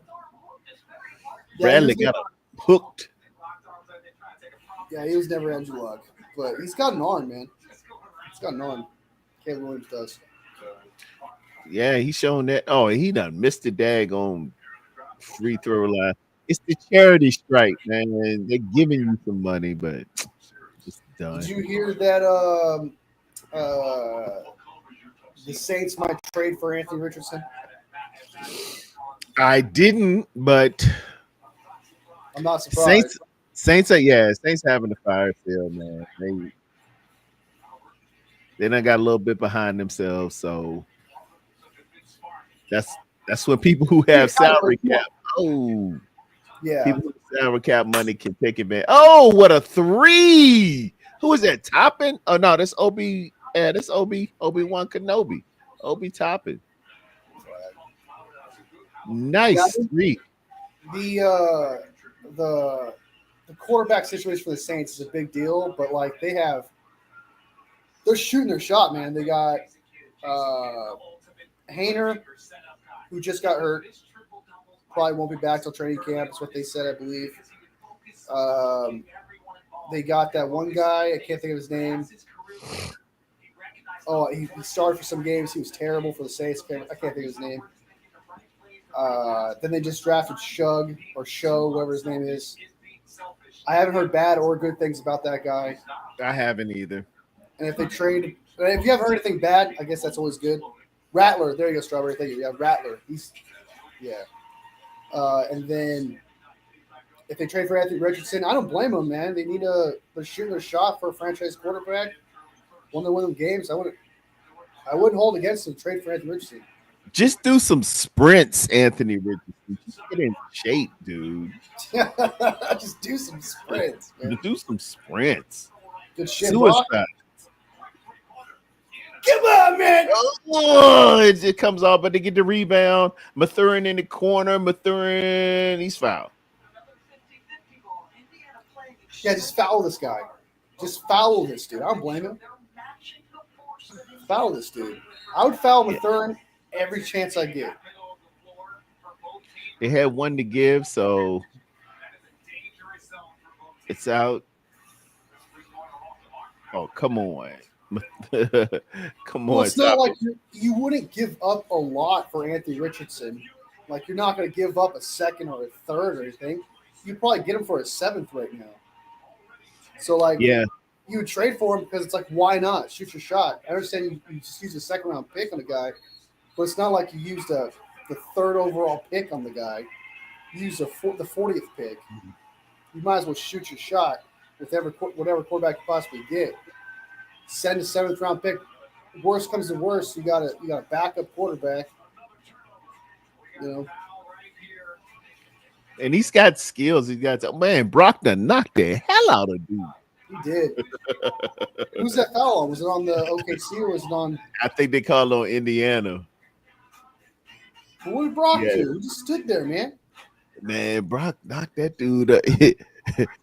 Sometimes low man wins. And Brock was up under him. He done knocked him. He stood there.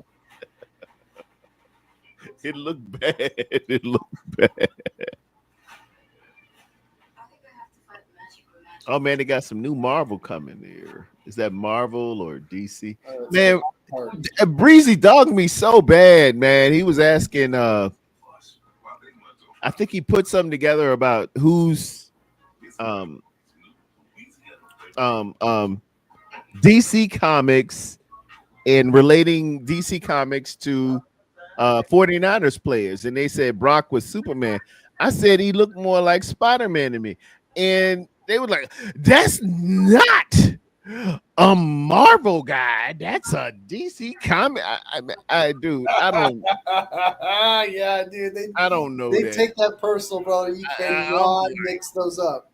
Good Lord, y'all. I didn't play with comic books and stuff like Bro, that. that's like mixing up Star Trek and Star Wars, man. Been saying I love Captain Picard in Star Wars. It's like saying that, dude. I wouldn't go that far. Now I know my Star Wars stuff. That was back in my kids' days, but I don't know the difference between a DC and a Marvel. Spider-Man is like one of the greatest Marvel characters of all time, man. I didn't know. That's so funny, dude. I don't know. Yeah, they're very passionate about their. I see. Yeah, you gotta be careful. Yeah, I get it now. It's more of a Star Wars example. Well, I made a comment on. There was this video on TikTok 2 years ago, and still, I don't want to get ahead of myself. This video was like 2 years ago, and somebody was talking about how Jedis don't kill and stuff like that. And everybody in the comment section was like, yes, they do, blah, blah, blah. Yoda chopped off heads, blah, blah, blah, blah, and stuff like that, Mace Windu chopped off Jango Fett's heads, and Luke Skywalker blew up the Death Star and all that. I commented, Jedis don't kill, it's just facts. That's what I put. And I was just rage baiting. To this day, I get comments saying, you don't know what you're talking about. You're stupid. So like that. And then I get in debates, and they'll be like, Luke Skywalker blew up the Death Star. And keep in mind, I know Jedis do kill, but I have been rage baiting for 2.5 years now. Man. Because I would say, they'd be like, oh, but Luke Skywalker blew up the Death Star. I was like, he was not a Jedi when he did that. And they'd be like, oh, what? No, you're dumb. You're stupid. They get so offended, dude. They start tweeting. Man. They serious about that stuff, man. It's so bad. I didn't know. They like the Beehive. I said something about the Beehive one time. Well, I ain't say nothing about the Beehive. I just said, Beyonce was on the same track. I was trying to encourage the youth. I said Beyonce was on the same track as Aaliyah was back in my day. Aaliyah was with a guy from Rockefeller. She was starring in movies. She was known by a single name. That's just her. Man, that Beehive lit me up like a damn Christmas tree, man. Don't ever talk about Beyonce.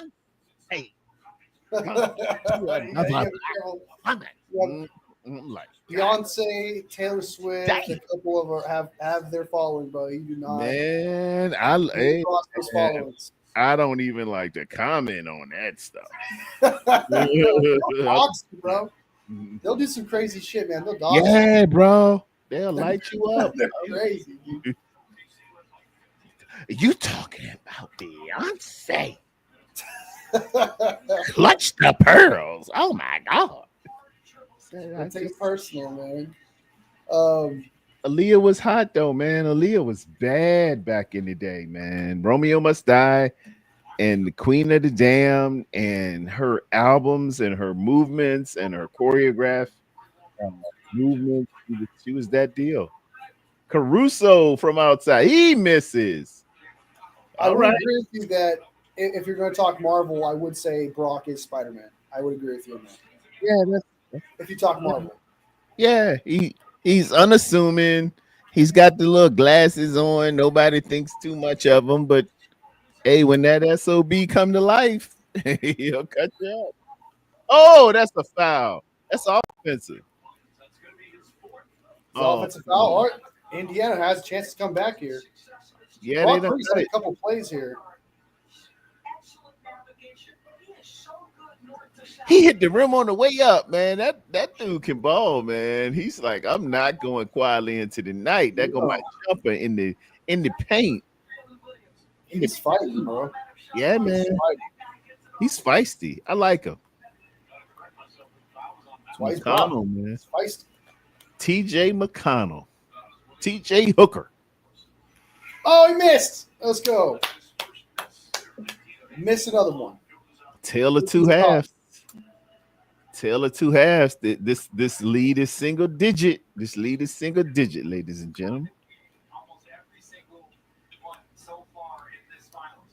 This is where OKC seems like they start to slow down their intensity. Whether it's fatigue, whether Indiana is starting to got one.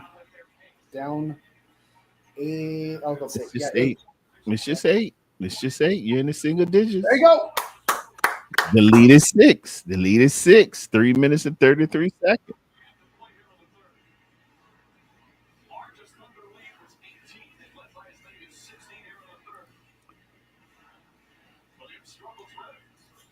Man. No, what a putback. Skinny Holmgren. Oh, dangerous passes. Oh, but he caught a foul. That was a good pass because he was about to fall out of bounds there. I know, and that was a good catch. That was a good recovery because that thing was well beyond his reach, but he used athleticism to make it a wider high off the glass. See, that's that Allen Iverson, man. I love to see guys go high off that glass.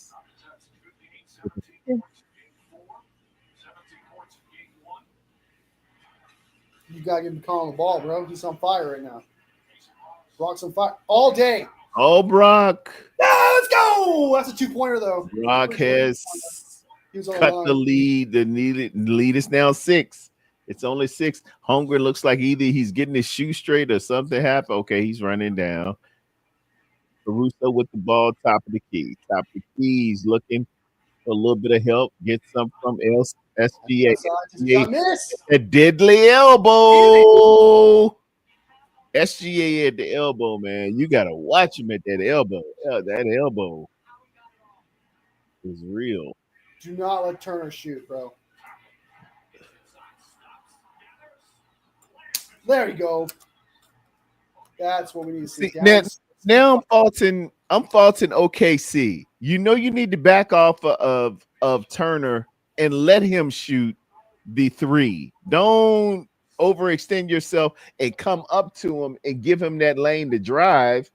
He's horrible at 3. Let him have that. Let him shoot it. Have that 3, yeah. That's on OKC. If they can't figure that out, that's totally on them. It's a shoe on the court, right around the foul line. I think that belonged to Holmgren.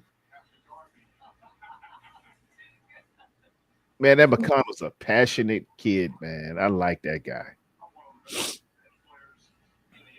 13 points, 8 this. Having McConnell do the jump ball here, you're crazy.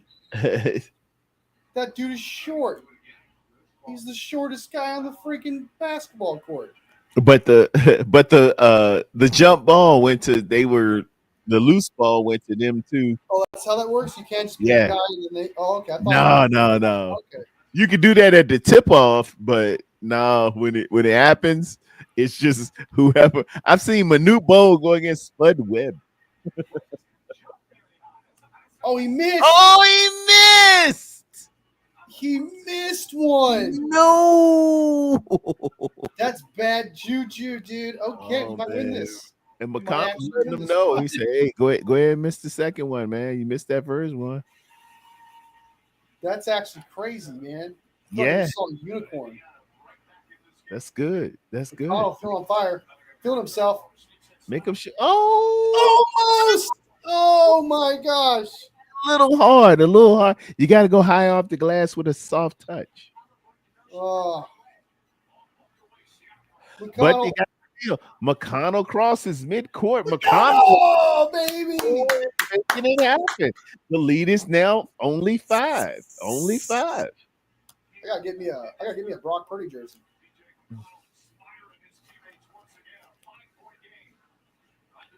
Pick. Is that Oh, not a penalty, dude? You could just knock over Brock Purdy like that? it depends on if Brock Purdy's feet were moving. If he was set, it's different. But see him moving a little bit. If he's moving, if he's getting into position, that's on the defense. But if he's set, if you beat him to the spot, that's the thing with basketball. You got to beat him to the spot. Beat him to the spot, set yourself, and then if he runs and hits you, it's offensive. But if you're moving to the spot and impeding him, that's on the defense. They've got 7 players with 7 or more. When we talked to Shea Gilgeous-Alexander, he was basically like most teams, you get to the last He's 5 for 6, bro, on the field goal range. Yeah, he hot as mud.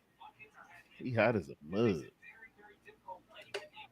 Who are we going to focus in on? Here in this finals where you have each team with multiple stars. You've got some. Red Jet Shell McConnell is the third quarter hero. McConnell says Papa J. Toppin is the dog, says Bebop Jones.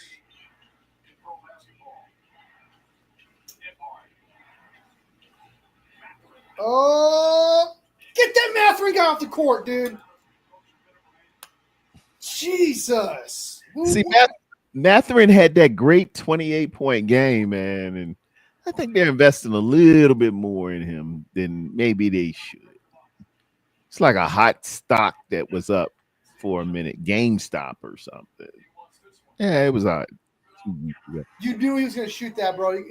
He was screaming, "I'm going to shoot this." Oh, around that elbow, anything around that elbow or in the or in the high post, man. Yeah, SGA's coming to see you.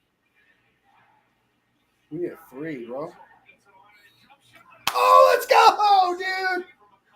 McConnell, bro, is on fire. McConnell, feed him. Feed that beast.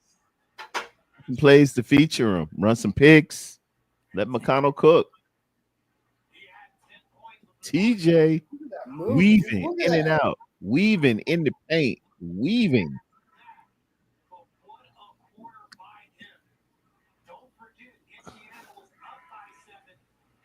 This dude's having a crazy NBA Finals series, man. He's nice. Very feisty. He's a feisty dude. 12 points. But them in the hard 12 points. He all right, man. He all right. I like him. I like that dude. Playing like he's not on the bench, man. I love it. And he hits his 3. Lead Oh, is McConnell? go back. Oh my God, McConnell! Oh, and they got it back again. Oh man, those offensive rebounds gonna kill him.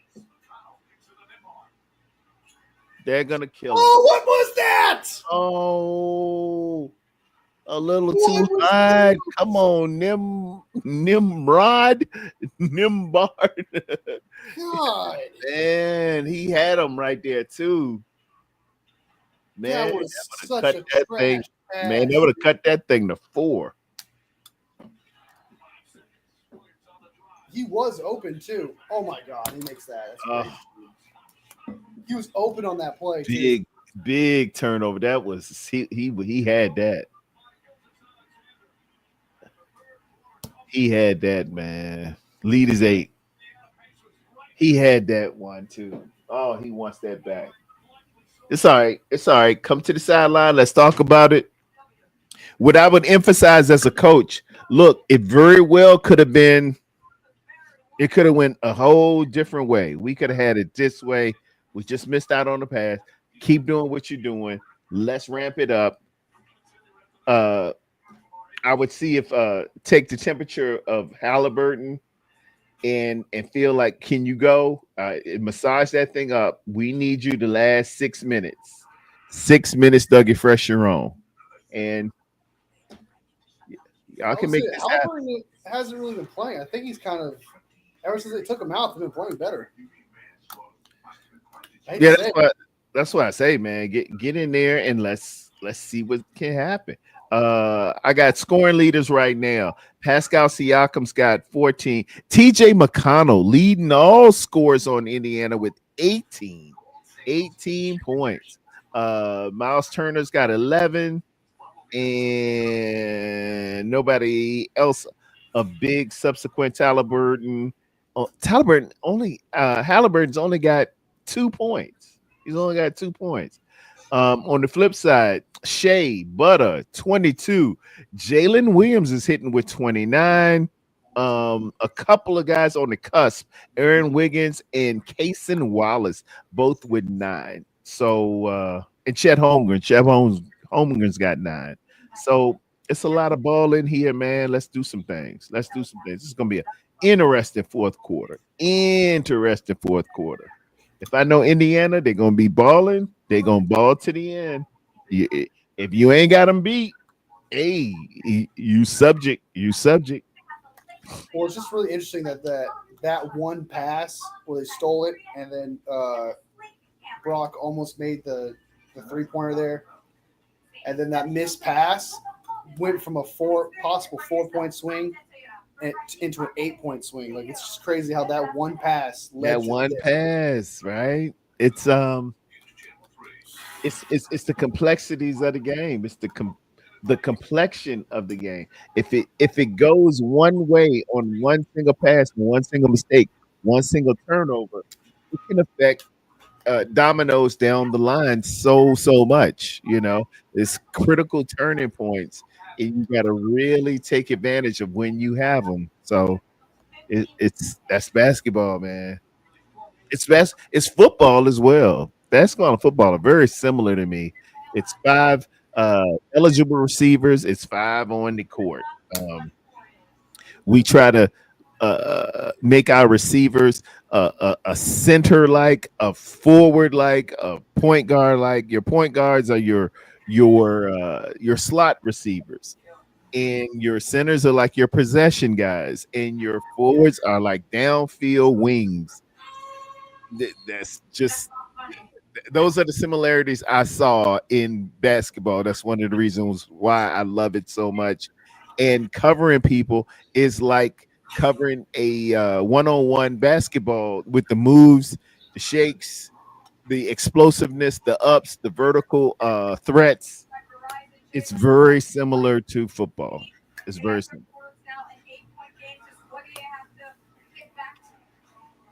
All right, here's the fourth quarter. This is it.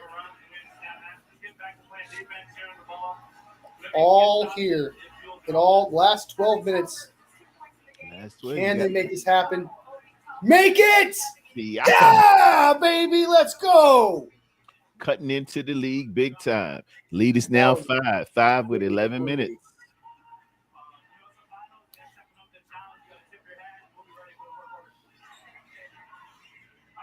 Good pick. Shea Butter increases the lead to 89, and lead is now 7 with 11 minutes. McConnell. Oh!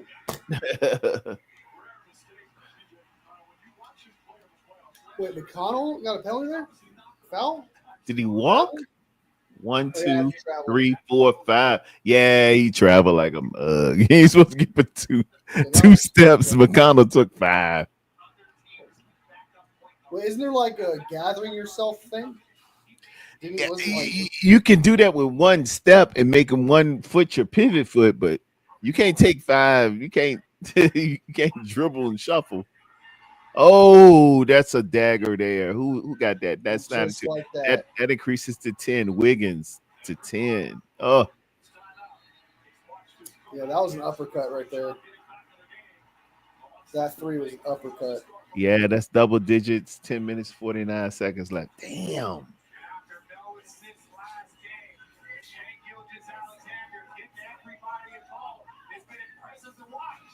He found him. 10 minutes, 10:49.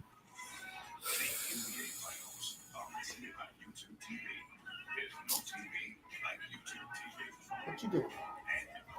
I will say this: if right now, if Indiana somehow wins this series, I'd say the MVP right now is between McConnell and Siakam.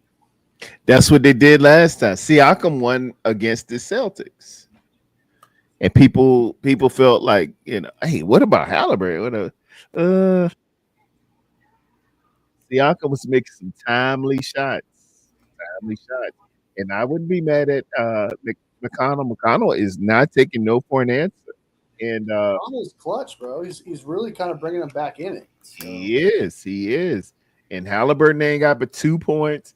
And meanwhile, I'm looking at McConnell leading all scorers with 18. McConnell's your boy Brock Purdy's out there doing it. That ain't Jimmy G out there, ladies and gentlemen. That is not Jimmy G. Halliburton's out there playing like Jimmy G right now. I'll tell you what. He had Halliburton had that clutch moment, that one clutch game, and then he had one other really good game. I think he's just had 2 good games for the most part, but every time he's either had a good game or it's really bad, it seems.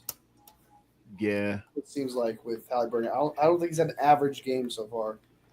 He's just not that kind of player that you say, here, save us, give us 30. Here, save us, give us 35. He ain't that kind of player. He's here's my bold prediction too. One day, Mr. Tyrese Halliburton will be a very, very effective and good coach in the National Basketball League. Okay. His energy, how he connects, how he really has a healthy respect for everything other than scoring. He can score, true, but and I love his shot, but rebounds, scrap possessions, just getting people to defense, bringing up the energy. He does a lot other than just the scoring. But in a scoring league, when you judge the games by who has the most points at the end of the game, we just have a tendency to favor towards the points. That's all. A very, very effective and good player. I was having debates on Twitter about Angel Reese and Caitlin Clark. Shouting out Caitlin Clark, who put up 9 points in 45 seconds the other day against the New York Liberty. Shouting her out, man. She's really good, but it's a lot of people who just really steer themselves and say, either you like Caitlin Clark or Angel Reese is garbage. Angel Reese isn't garbage. Angel Reese is a walking double-double. She just contributes differently than Caitlin Clark. Caitlin Clark's a big-time scorer, and she's very, very good. But, hey, man, it's other facets of this game, and you need all of it. Yeah.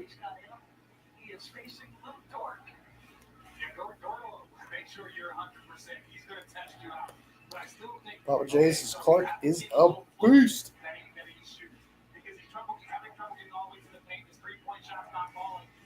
He can work in the mid-range, but that's going to help open up some of these passes and shots for his teammates.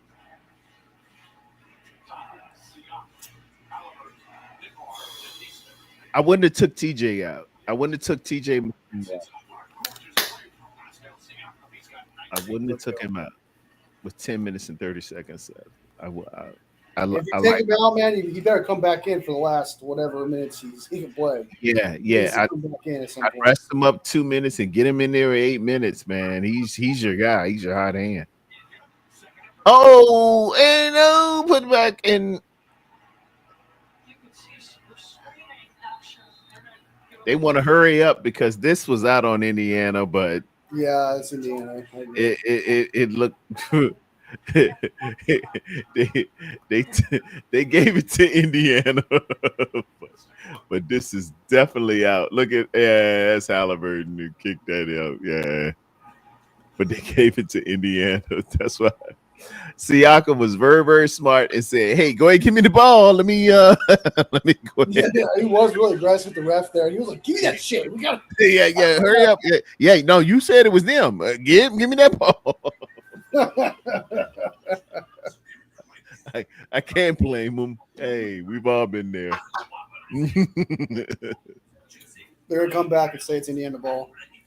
What's up, Urtaza? What's up, dude? Welcome. What's up, Urtaza? How you doing, man?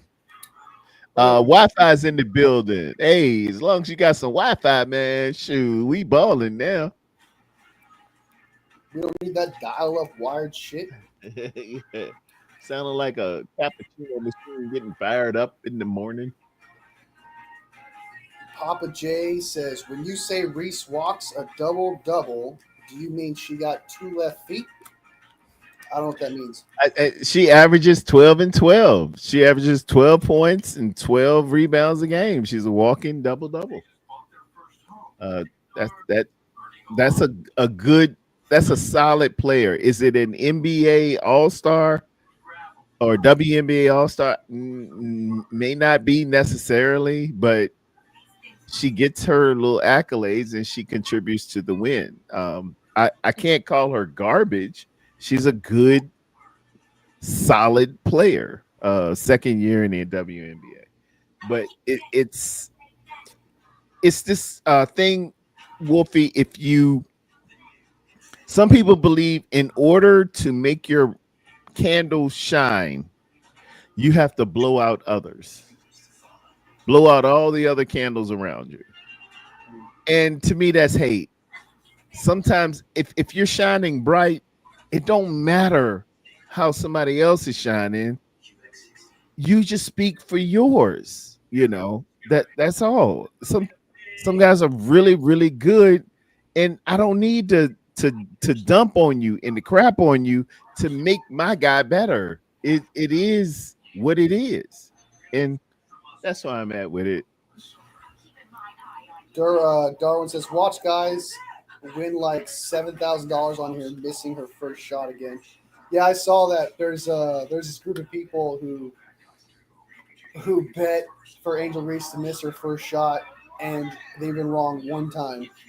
And I think they're like on day 12 or something like that. That's And all good.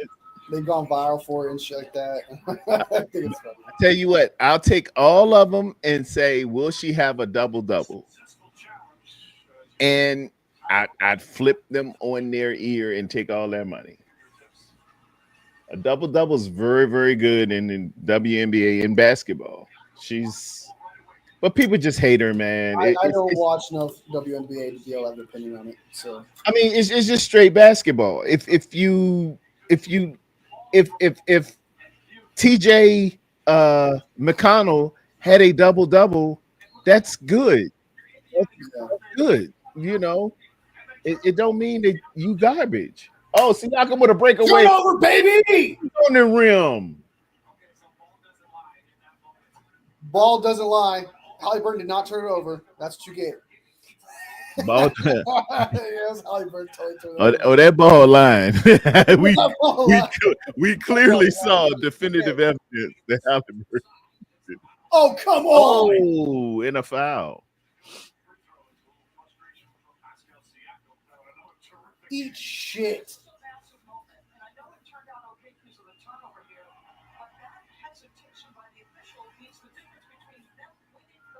Siakam with the shore. I love that, man. Siakam, the equivalent of I the captain now. Road Kalai is here. Oh, that's Rod Cali. That's my boy, man. What's up, man? He's a basketball savant, man. Him, my cousin, they really big into the depth. So they played basketball in high school, and I think Rod a little in college, maybe. If he's a basketball savant, then he knows that LeBron's the GOAT, right? That'll be between you and him.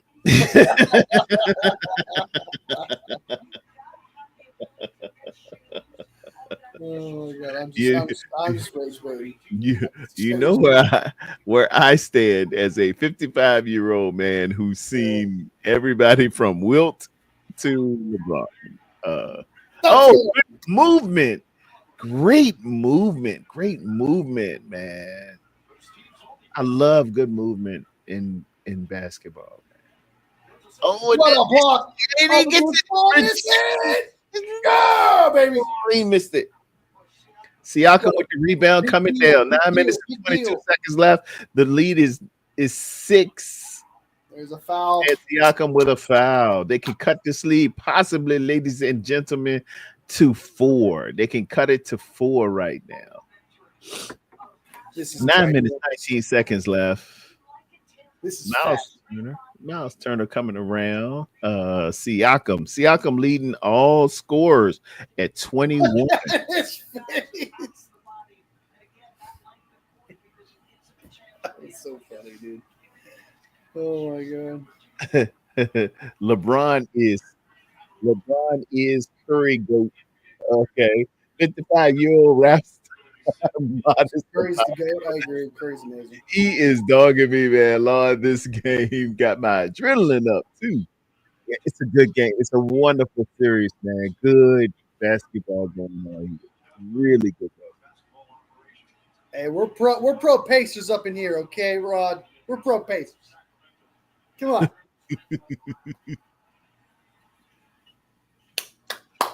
Down 4. Okay, down 4. It's only a game digit for man. 2 score.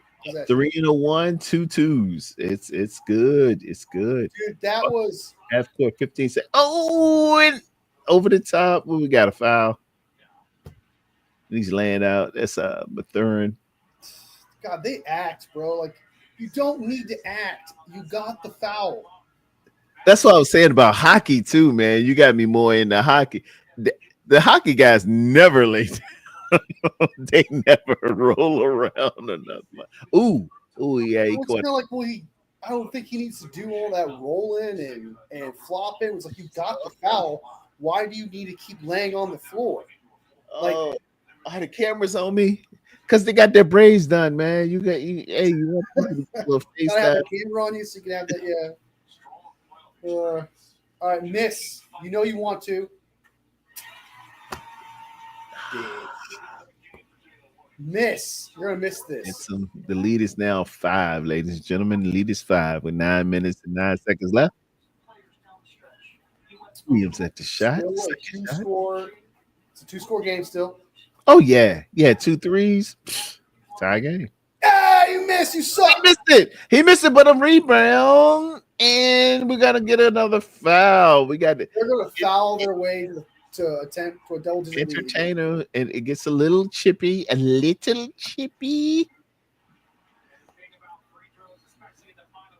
Rod, watching, you have to sell the foul. I get that, but you got the foul already. You don't need to sell anymore. Like, you don't need to see that anymore. Get out there and sell, Mortimer, sell. Siakam at the top of the keys. You got 4 seconds. You got to take a shot. To the wing. He fires. Nothing doing off. He draws iron. Is a chance to cut it to 2. Come on. Halliburton asking him to come back to him. Come on. That's it. That's all you, Halliburton. Come on, Halliburton. Halliburton kicks it over to the corner. Yeah. Nothing doing. Siakam with a rebound. Mathurin back to Siakam. Let's go, baby. Siakam cuts it to 2. Ladies and gentlemen, the lead is 2. 8 minutes and 29 seconds left. Siakam.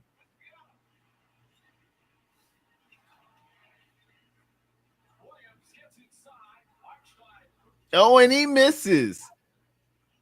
Outside to SGA. SGA kicks it out. Kicks it around the horn to Williams. Williams misses. Williams makes it. Makes it. It is 98-93. 8 minutes left. Did you? Oh, you can't shoot? Okay. If you can't shoot, I guess don't shoot. Oh, what was that? Oh, and it's off the foot. There was. And they increase the lead. Open. First team to 100. OKC 747. That was the shittiest, stupidest thing I've ever seen. The player was on the inside. What did you think? What did you think is going to happen? Halliburton was just going to phase through the player? Oh my God! That was so stupid, dude.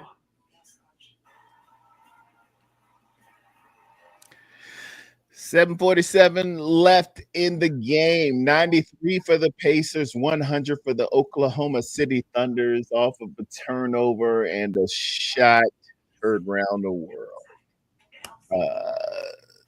Rejesh says Lord, which is always good. Papa J says horrible communication skills on the Pacers. How poised is KC? Your half game plays have to work, and every possession truly counts. Reggie says, "Thank you, thank God, this ain't the Warriors. I would have passed out by now." She is all about the Bay. That's my girl. Reggie says, "Wolfie." Papa J says, "Brock would never do that." And we come back. SGA showing highlights. That was a kicking it out, kick it over, kick it out, kick it over, kick it out, kick it over. Nice. Where were you? Oh, Dude. Halliburton zig when he thought he was going to zag. That's all that happened. The lead is now 7 points, ladies and gentlemen. 7:43, 7:42, 7:41 left in the game. Mathurin passes on over. He's out to the wing. Wing topping. Passes back to Mathurin. Mathurin coming at the top of the key. And, they call a foul. Foul move.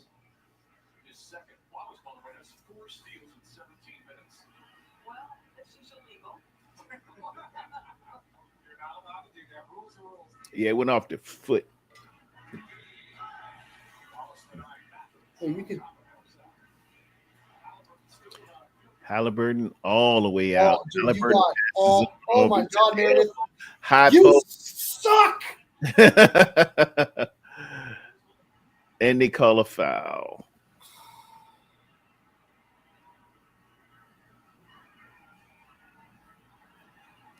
Truck Turner. 7-point lead with 7 minutes and 7:20 left in the game. 7-point lead by the Oklahoma City Thunder at 100. I always like a benchmark of 100 points. First team to 100. It really favors them greatly.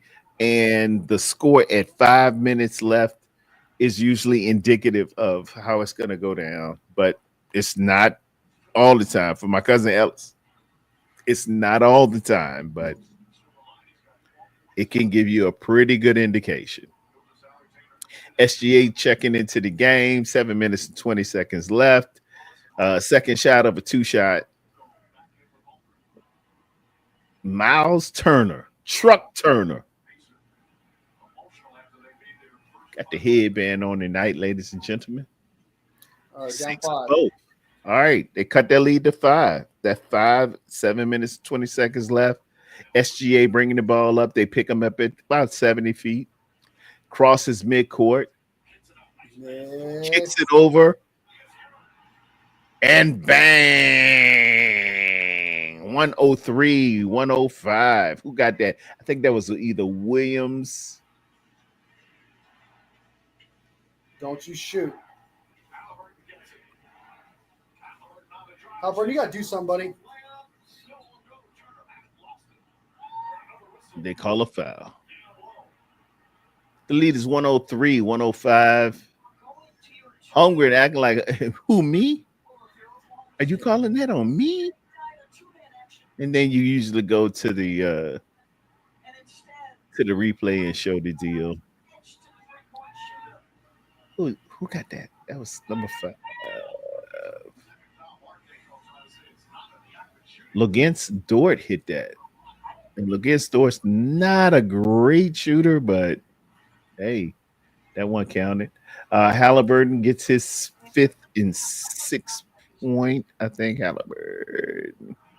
Oh, man. That's his 3rd point.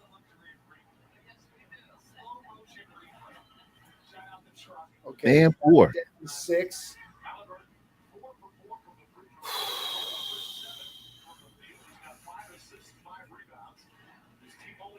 Keep battling. Keep battling. Lead is now 6. Damn. He walked a little bit too, man. He double skipped 105-107. Lead is 6 with 6 minutes. Dougie Fresher on. 24 seconds left. Halliburton looking around. Halliburton passing on over the top. And Toppin drives. Kicks it on. Oh, but it's a steal.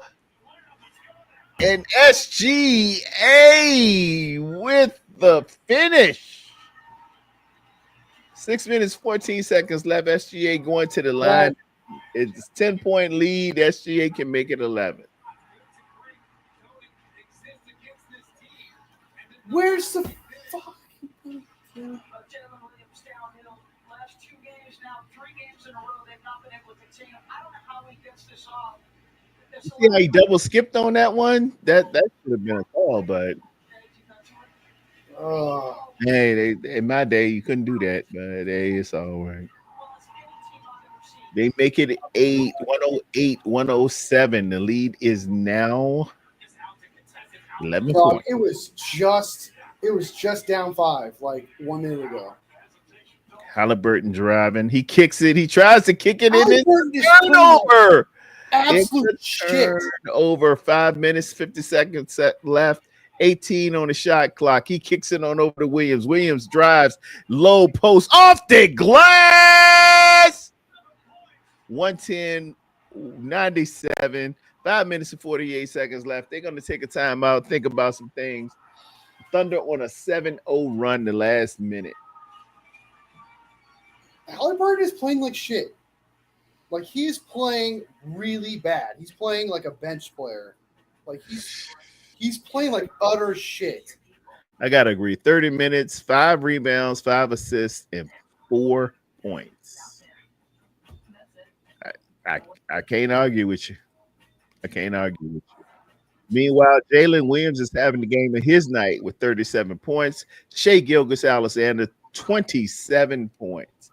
Aaron Wiggins doing at his 14, along with Cason Wallace at 11. Chet Holmgren is giving his 9, but he's got 9 rebounds to be in contention with it. Isaiah Hartenson has 7 rebounds, but he ain't got but 4 points. 21 minutes. The score 97-110. Talk about it, Wolfie.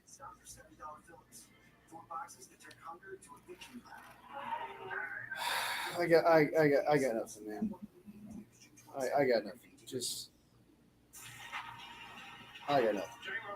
Rod Cali agrees with you. He says Hallie is looking lost tonight. Jalen Williams out there, 37 points. 3-7, Jalen Williams.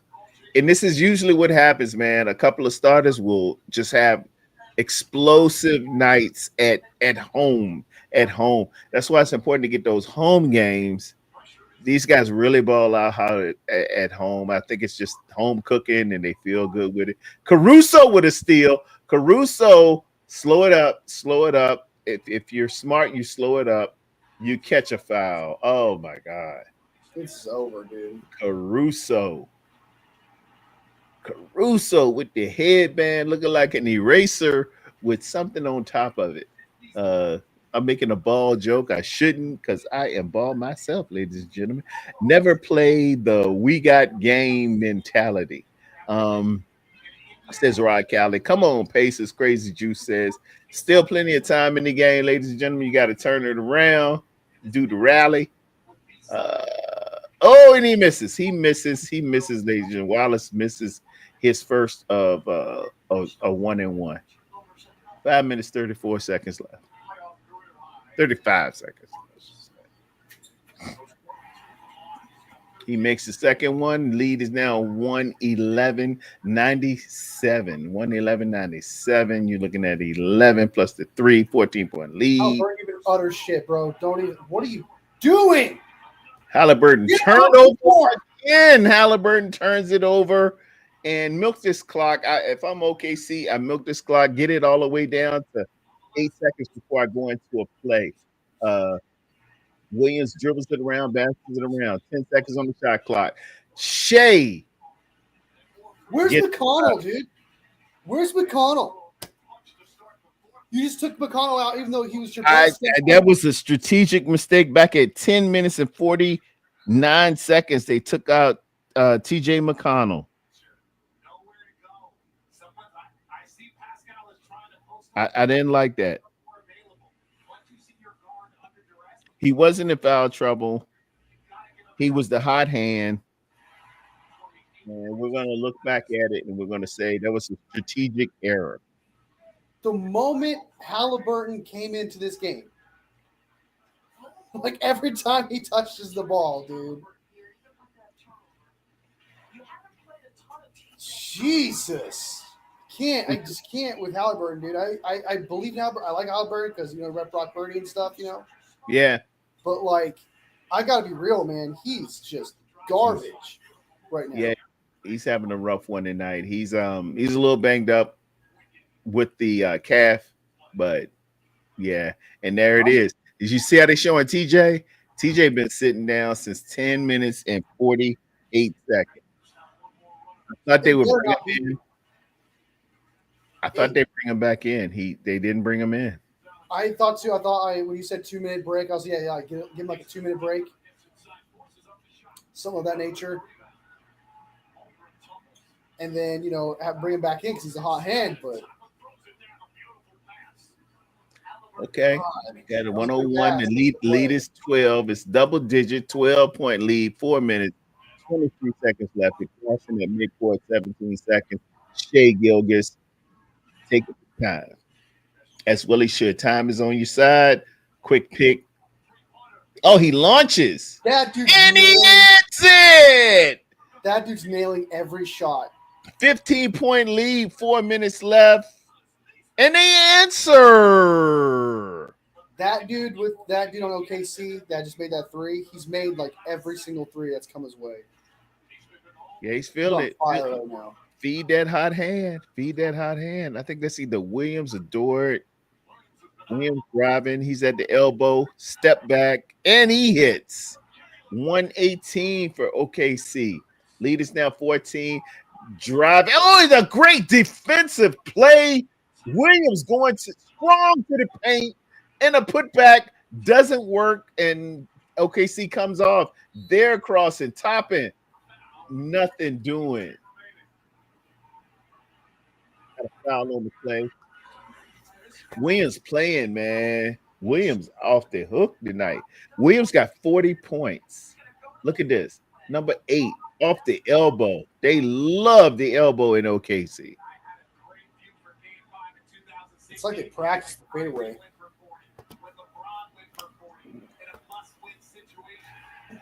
Oh, and he misses.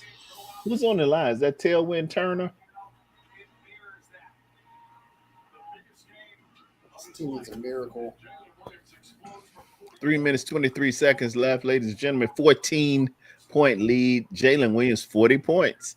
14 of 23. Good percentage on there. They're going to take a time out in between shots. And we're going to talk about it a little bit. What you think, Wolfie? I'm probably going to make it short after this game, where I'm going to say where I show Halliburton with the Brock Purdy jersey on and tell him to take that shit off. Like, what the? Hey, you a little hurt, Wolfie. He a little hurt today. I'm not bad, dude. Like, you are playing like straight guard, and then you take Brock Purdy out of the game. It's just like, dude, hot hand. And it's clear as day that McConnell is your best player right now. Him and Siakam are your two best players right now. You want both those players on the court. Okay. Halliburton for the past 8 minutes has been playing like utter shit. He's also hurt, dealing with a calf injury at that. If Halliburton can't do anything and he's hurt, and the other guy that plays his position comes in substitute for him, is being the best player. That is the coach's fault for not putting McConnell in there. And if it's Halliburton being like, no, I'm going to go out there and do it, then it's his fault. I don't know whoever it is, whoever decision to put Halliburton out there and keep him out there, it is that person's fault. 110%. Wolfie has spoken. Wolfie has spoken. Strategic it's like blunder keeping there. a guy in there that drops 3 straight passes, and you just had a guy catching 5 passes straight. McConnell's in there. There we go. Take McConnell back 3 minutes 19. He should have been back in there like a 7-minute mark, dude.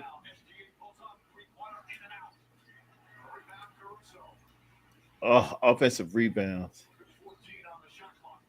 Oh, dangerous pass, but it connects. 6-7 seconds left, and Shea converts. 120. The lead is 15 with 2 minutes and 50 seconds left. Back down court. Siakam dribbling. Alex Siakam and McConnell only scored. Only let those two shoot. He's going to shoot. Okay, thank God. You got to let McConnell. That went in. That went in. That's a score. That went in? Yeah, I think he came on the second chance and dunked it in. That did not look like a score. Yeah. What the heck? They took it out and they put it on the board. That count. 13-point lead, 2 minutes and 4 seconds left. Williams misses everything, throws up a brick. McConnell coming down court. McConnell crosses court. McConnell going strong. Kicks it into Siakam. Siakam is fouled.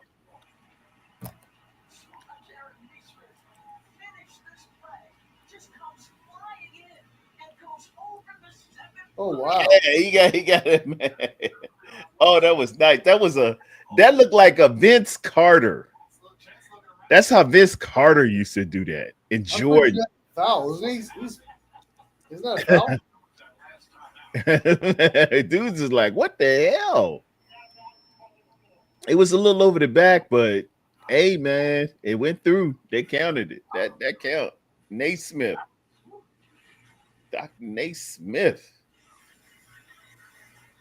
Very nice. 1:50 seconds left. 120-107. The Oklahoma City Thunder. 13-point lead.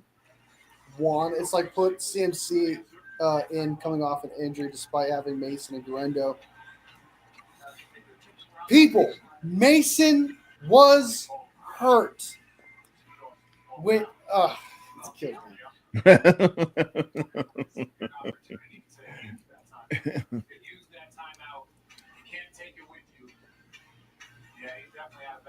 Yeah, he got his thumb out there. If he had shorter thumbs, he'd be cool.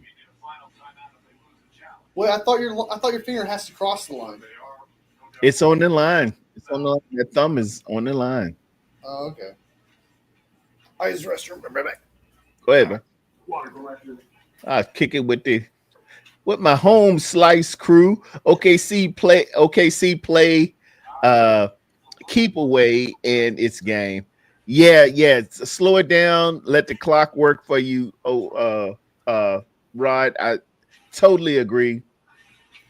It's like being up in the Super Bowl by 10 points and having possession.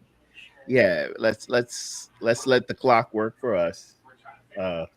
If a miracle happens with the last 5 seconds, hey, okay, whatever. But let's let that clock work for ourselves. Pacers coach challenge is under review. I think that's going to be nullified because we have clear visual and sustainable evidence that Siakam's thumb, I think it's his right thumb, is on the line.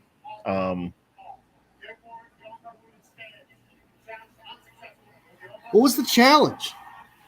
Was Siakam out when he threw it back in? And I think his finger was out. Mason was not hurt because if he was, Kyle would have put him on the field. This is going to be OKC's ball. Possession 151 left and 120-107. The 13 points is blue. Come on, man. Williams brings it up. We need a miracle, baby. Cross the court at 18 seconds. Williams gets a pickup for SGA. SGA calling for it. Top of the key. SGA looking. That's the double step. SGA at the elbow. He loves the elbow. Misses. You guys gonna start making threes now? Okay. 122 left. McDonald with a spin move. McDonald down in the low post. Damn. McConnell misses. You guys He don't. probably could have did a little bit better if had he been in for a little bit while, it'd be a little bit warmer. The OKC fans picking it up at this one. They sense blood in the water. Williams, who's having an excellent night, drives and is off the mark. Out to a dude I ain't heard from on gang number 12. I gotta look up and see who that is. That number 12 looks like a kid from like the 80s, man. Yeah. I thought that dude looked like he had a mullet. I ain't want to go there, Wolfie. I'm glad you did.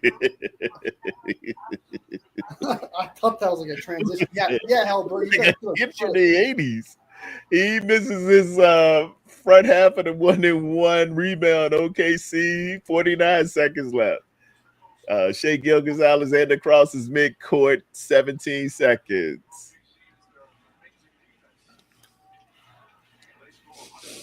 Shea working it up at the top of the key. Shea out. Shea dips back. Oh, can't put the dagger in. It's still time. 26 seconds left. Oh, and it's a turnover with 22 seconds left. This one should be over. It's a 24 seconds shot clock. Either they're gonna foul or we're just gonna run this on out. The series shall be 3-2. Series 3-2, and 3 seconds, 2 seconds, 1 second. It's over. So I hate to put this on one player, but I kind of am. I'm going to put it on Halliburton. Wow.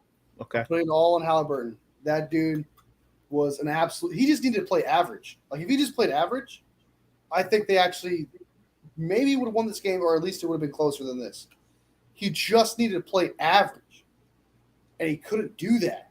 He played like a bench player. He played like a back-end bench player. He did not play good. He was responsible for so many turnovers. They were literally like what? 4 points, getting so close. 3 points, 4 points. He kept making mistake after mistake after mistake. He was the reason why multiple times that they could not get any closer. They had an opportunity to get closer. He would turn the ball over. He was absolutely atrocious. He was the worst thing that happened to the Pacers in this game. He was worse than Turner. Wow. I can't believe it, dude.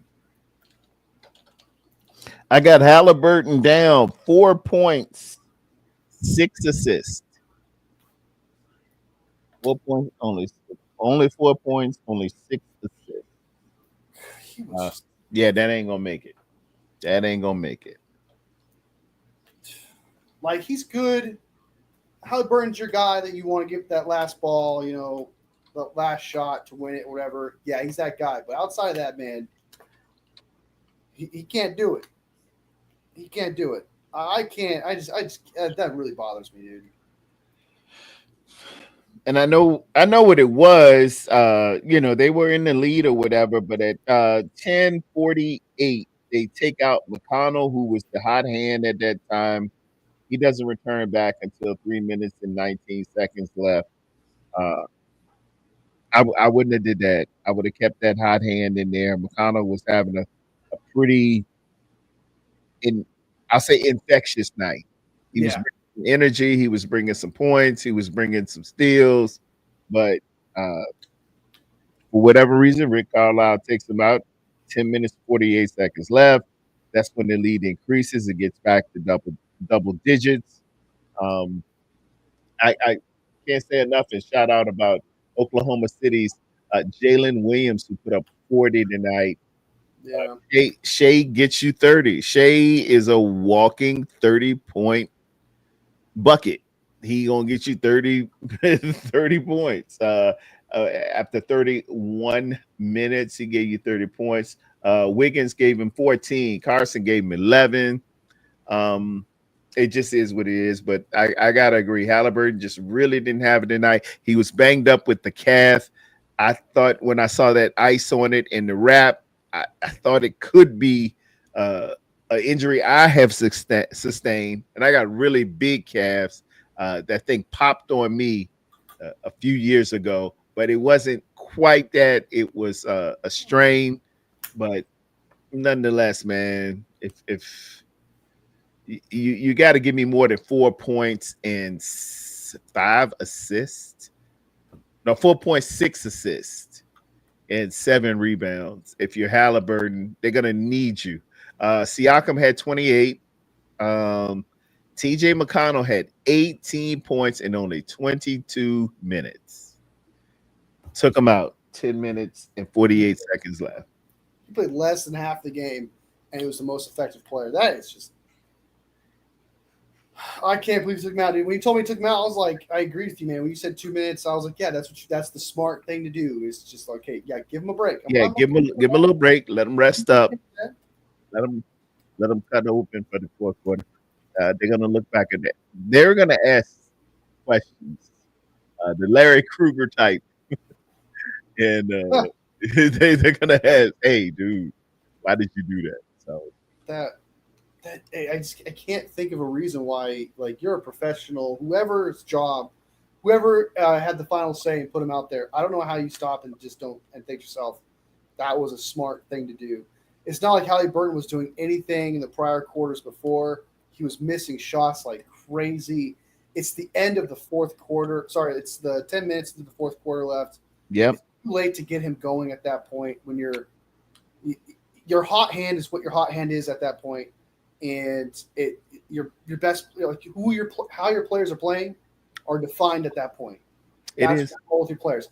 It's too late for him to have a hot hand, and just to force this. If like he started like if he made like back-to-back threes in that 2 minutes, of McConnell resting, sure, fine, keep him in there. He's obviously become hot. He's getting going. But then McConnell, but he doesn't do that. So it's like, okay, he doesn't achieve getting going at all in that 2 minutes. So we got to put McConnell in. Yeah. Because he had his opportunities. Like it's almost as if like the coach was like, all right, Halliburton, you need to go out there. You're a superstar. Now we need to go out there and be our superstar now. And it's more like it was a title, almost like I can't think of the word right now. It's a common one, but like he had priority, I should say, of being like, okay, he should be the guy out there to win us the game, so he's got to be the guy out there. Not necessarily thinking this guy's hot, so we're gonna put him out there. Yeah, that it kind of figurehead ish, if you will, or you're our guy, so you got to do it. If you don't do it, we don't want anybody else to be the superstar. I got you. I think this. I'm not. It's. I'm not a kind of guy when there's like, especially in hockey and stuff like that. So to put it towards into basketball terms, I'm not. Sometimes I am, where it's like, okay, it's over. Like for the Panthers, I think the Panthers are going to win it tomorrow. They're going to win the Stanley Cup tomorrow for sure. They're just so there's too much. They're just way much better of a team than the Oilers are, and I just think they're going to win it. Yeah. Yeah, Pacers, man, I always kind of felt like they were just really underrated, and a lot of people just kind of like, threw them on the rug that they were just bad teams. I don't think they're that bad. I think they actually are a good team, but they just those subtle mistakes like throughout the game, and your best player or one of your best players not being able to perform is going to equal to losses. Or can't even play average, is going to equal to losses. And I just think that next game, man, unless Halliburton is like, okay, this is technically this game right here is a clutch game. This is a clutch situation. So can he be clutch now? Can he suddenly be that guy during this clutch? Because this is when we need you the most. This is technically it. So can he do it in a game form instead of a shot form? We'll see. But I think OKC is going to take it from here. I think they're going to win Game 6 as well on Thursday. I think it's going to be Game 6 for OKC. It's just based on what I'm seeing from the team. That the fight is there, but OKC always finds a way to to do just enough to push them under or get over the hump when they have to. Because OKC last game, OKC got over that hump when they had to. They blew them out when they could. Indiana always had to make it tight and really push hard in the fourth quarter, all 4 quarters. It's just I don't know. I trust OKC to get it done from what I've seen these past games, and I think it's going to happen. I know. And last thing, real quick, it's just I could be completely wrong. Could go to Game 7, but without saying who wins, I guess I would say OKC's in the driver's seat.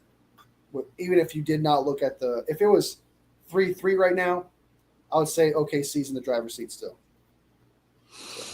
Yeah, it's pretty much solidified there, and it remains to be seen. It's going to take a Herculean effort for Indiana to win 2 straight, particularly one in which will be in KC. But stranger things have happened. I want to shout out to the UFL champion DC Defenders. DC Defenders. I watched them a little bit yesterday. Yeah, they had a really, really good game, man. They had an interim head coach. I'm not remembering his name. We'll talk more about him tomorrow on our show. But he has ties to Hampton University as well as Tennessee State University. He did a very, very fine job, and they beat them 58-34. And they were coached. The Michigan Panthers were coached by Mike Nolan, who used to coach us back in the day. That's where those ties come from.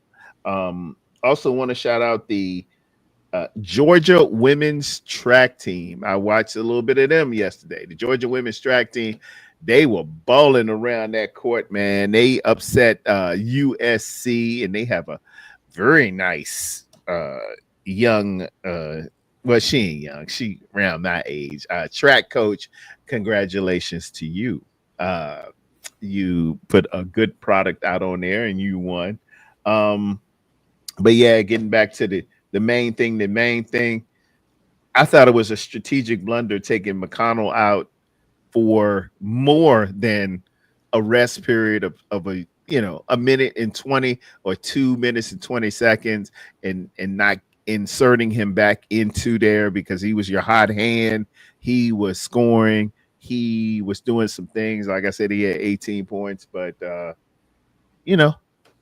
gonna rap about it on ESPN. I'm sure Stephen A. and the great Perkins, I thought they messed up early when they didn't have dude in there.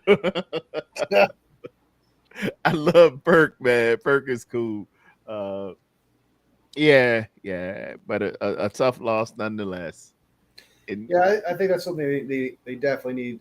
I hope, like, you and I aren't the only ones that saw that. Whereas, like, okay, taking out McConnell, that was the pivoting point. Is taking out that player. That was definitely the death of them there. And I guess I'm gonna hear it on social media and stuff like that when people talk about it. And I really hope that we're not the only ones that are just like, do it. Why would you do that? Yeah, and that's just that just baffles me. So many levels. I know.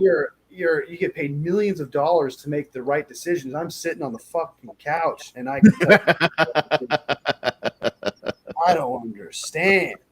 Like, did the owner in the box at the owner call and be like, I don't see Halliburton out there. You better put him out there the last 10 minutes. Okay, you can't not make McConnell the all-star. Okay, you better put him out. There had to, like, I keep coming back to this, it had to have been like a priority, It was something else in the air that makes you make these decisions versus, because it could have been strategic. It could not have been strategy. It could not have been strategy.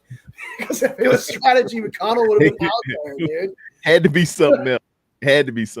Yeah. Oh my gosh. I that's gonna drive me nuts for like the next 3 days. And then when the game starts at Game 6, and I see I see Halliburton out there getting a lot more minutes, and then if he's not performing, that frustration is going to continue from quarter one on. Like I'm not going to just let go of this one thing. I'm like, okay, Oh no. if you are not scoring in the first quarter, I want to see more McConnell. I don't want to see McConnell in the third. No, nobody ever says Wolfie let it go. nah. Wolfie's gonna hear. You're gonna hear about it from old Wolfie. Gosh. So yeah, it's. I really wanted the Pacers. I wanted the Pacers to. I still want them to win a series, right? There's still that chance they can win it, but it just the air is out of the sails, and they are going back to Indiana. They play pretty good in Indiana. They do play good in Indiana, and it's usually your bench when teams in the best of seven have to go back and go for it. It's usually your starters are going to play immensely great at home. You don't have to worry about the bench too much, but it's the bench that's going to come alive at home. You need them when you go on the road, but the bench don't really do too much. It's the starters, and if your starters don't do much on the road, it's usually bad sledding. It's bad sledding. Yeah. You needed Halliburton. Halliburton had to have a Halliburton game. He needed to give you 30. He needed to give you 30. Yeah, 20, 25, 30. Usually your stars have to give you big points at away. They have to. Don't be surprised if Halliburton comes up and has a wonderful game when they go back home. But you're gonna be like the old Johnny Mathis: too much, too little, too late. Well, they're undefeated right now in the series. Whenever Halliburton scores 20+ points, so if he can do that, because I can see how though, because McConnell does good. You got Siakam who does really well as well. Yep. You got another. I forgot. There's a couple other players that Siakam, get Williams, like 10+ points. Skinny Man, Holmgren. Yeah, he'll step up and give you some points at OKC. Yeah, but you need to have those. You need to have those home guys show up on the road. It has to be Siakam. Siakam would have had to give you 25, and Halliburton at least 25 for you to really have that close championship level fervor.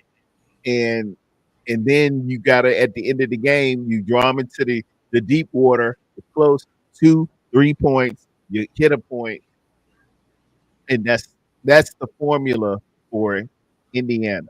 Unfortunately, it was McDonald who caught the hot hand, but we're pretty sure he had 18 points, but you took him out at 10 minutes and 47 seconds. It's crazy. Yeah. Alan John says SGA MVP. Yeah, free throw MVP for sure. No doubt. No doubt. It's just because he can hit his free throws, man. If you're gonna be a great player, if you're gonna be a great scorer, you have got to hit from the charity stripe, man. You have got to make it a detriment that if you foul me at the end of the game, I'm gonna bury you. And I'm speaking as a true Laker fan. I saw how this really played out with the most destructive force ever to play NBA basketball was Shaquille O'Neal. They came up with the Hacker Shack because they wanted to put Shaq on the line at the end of the game. Well, if he had possession of it down low, Shaq was dunking on your head.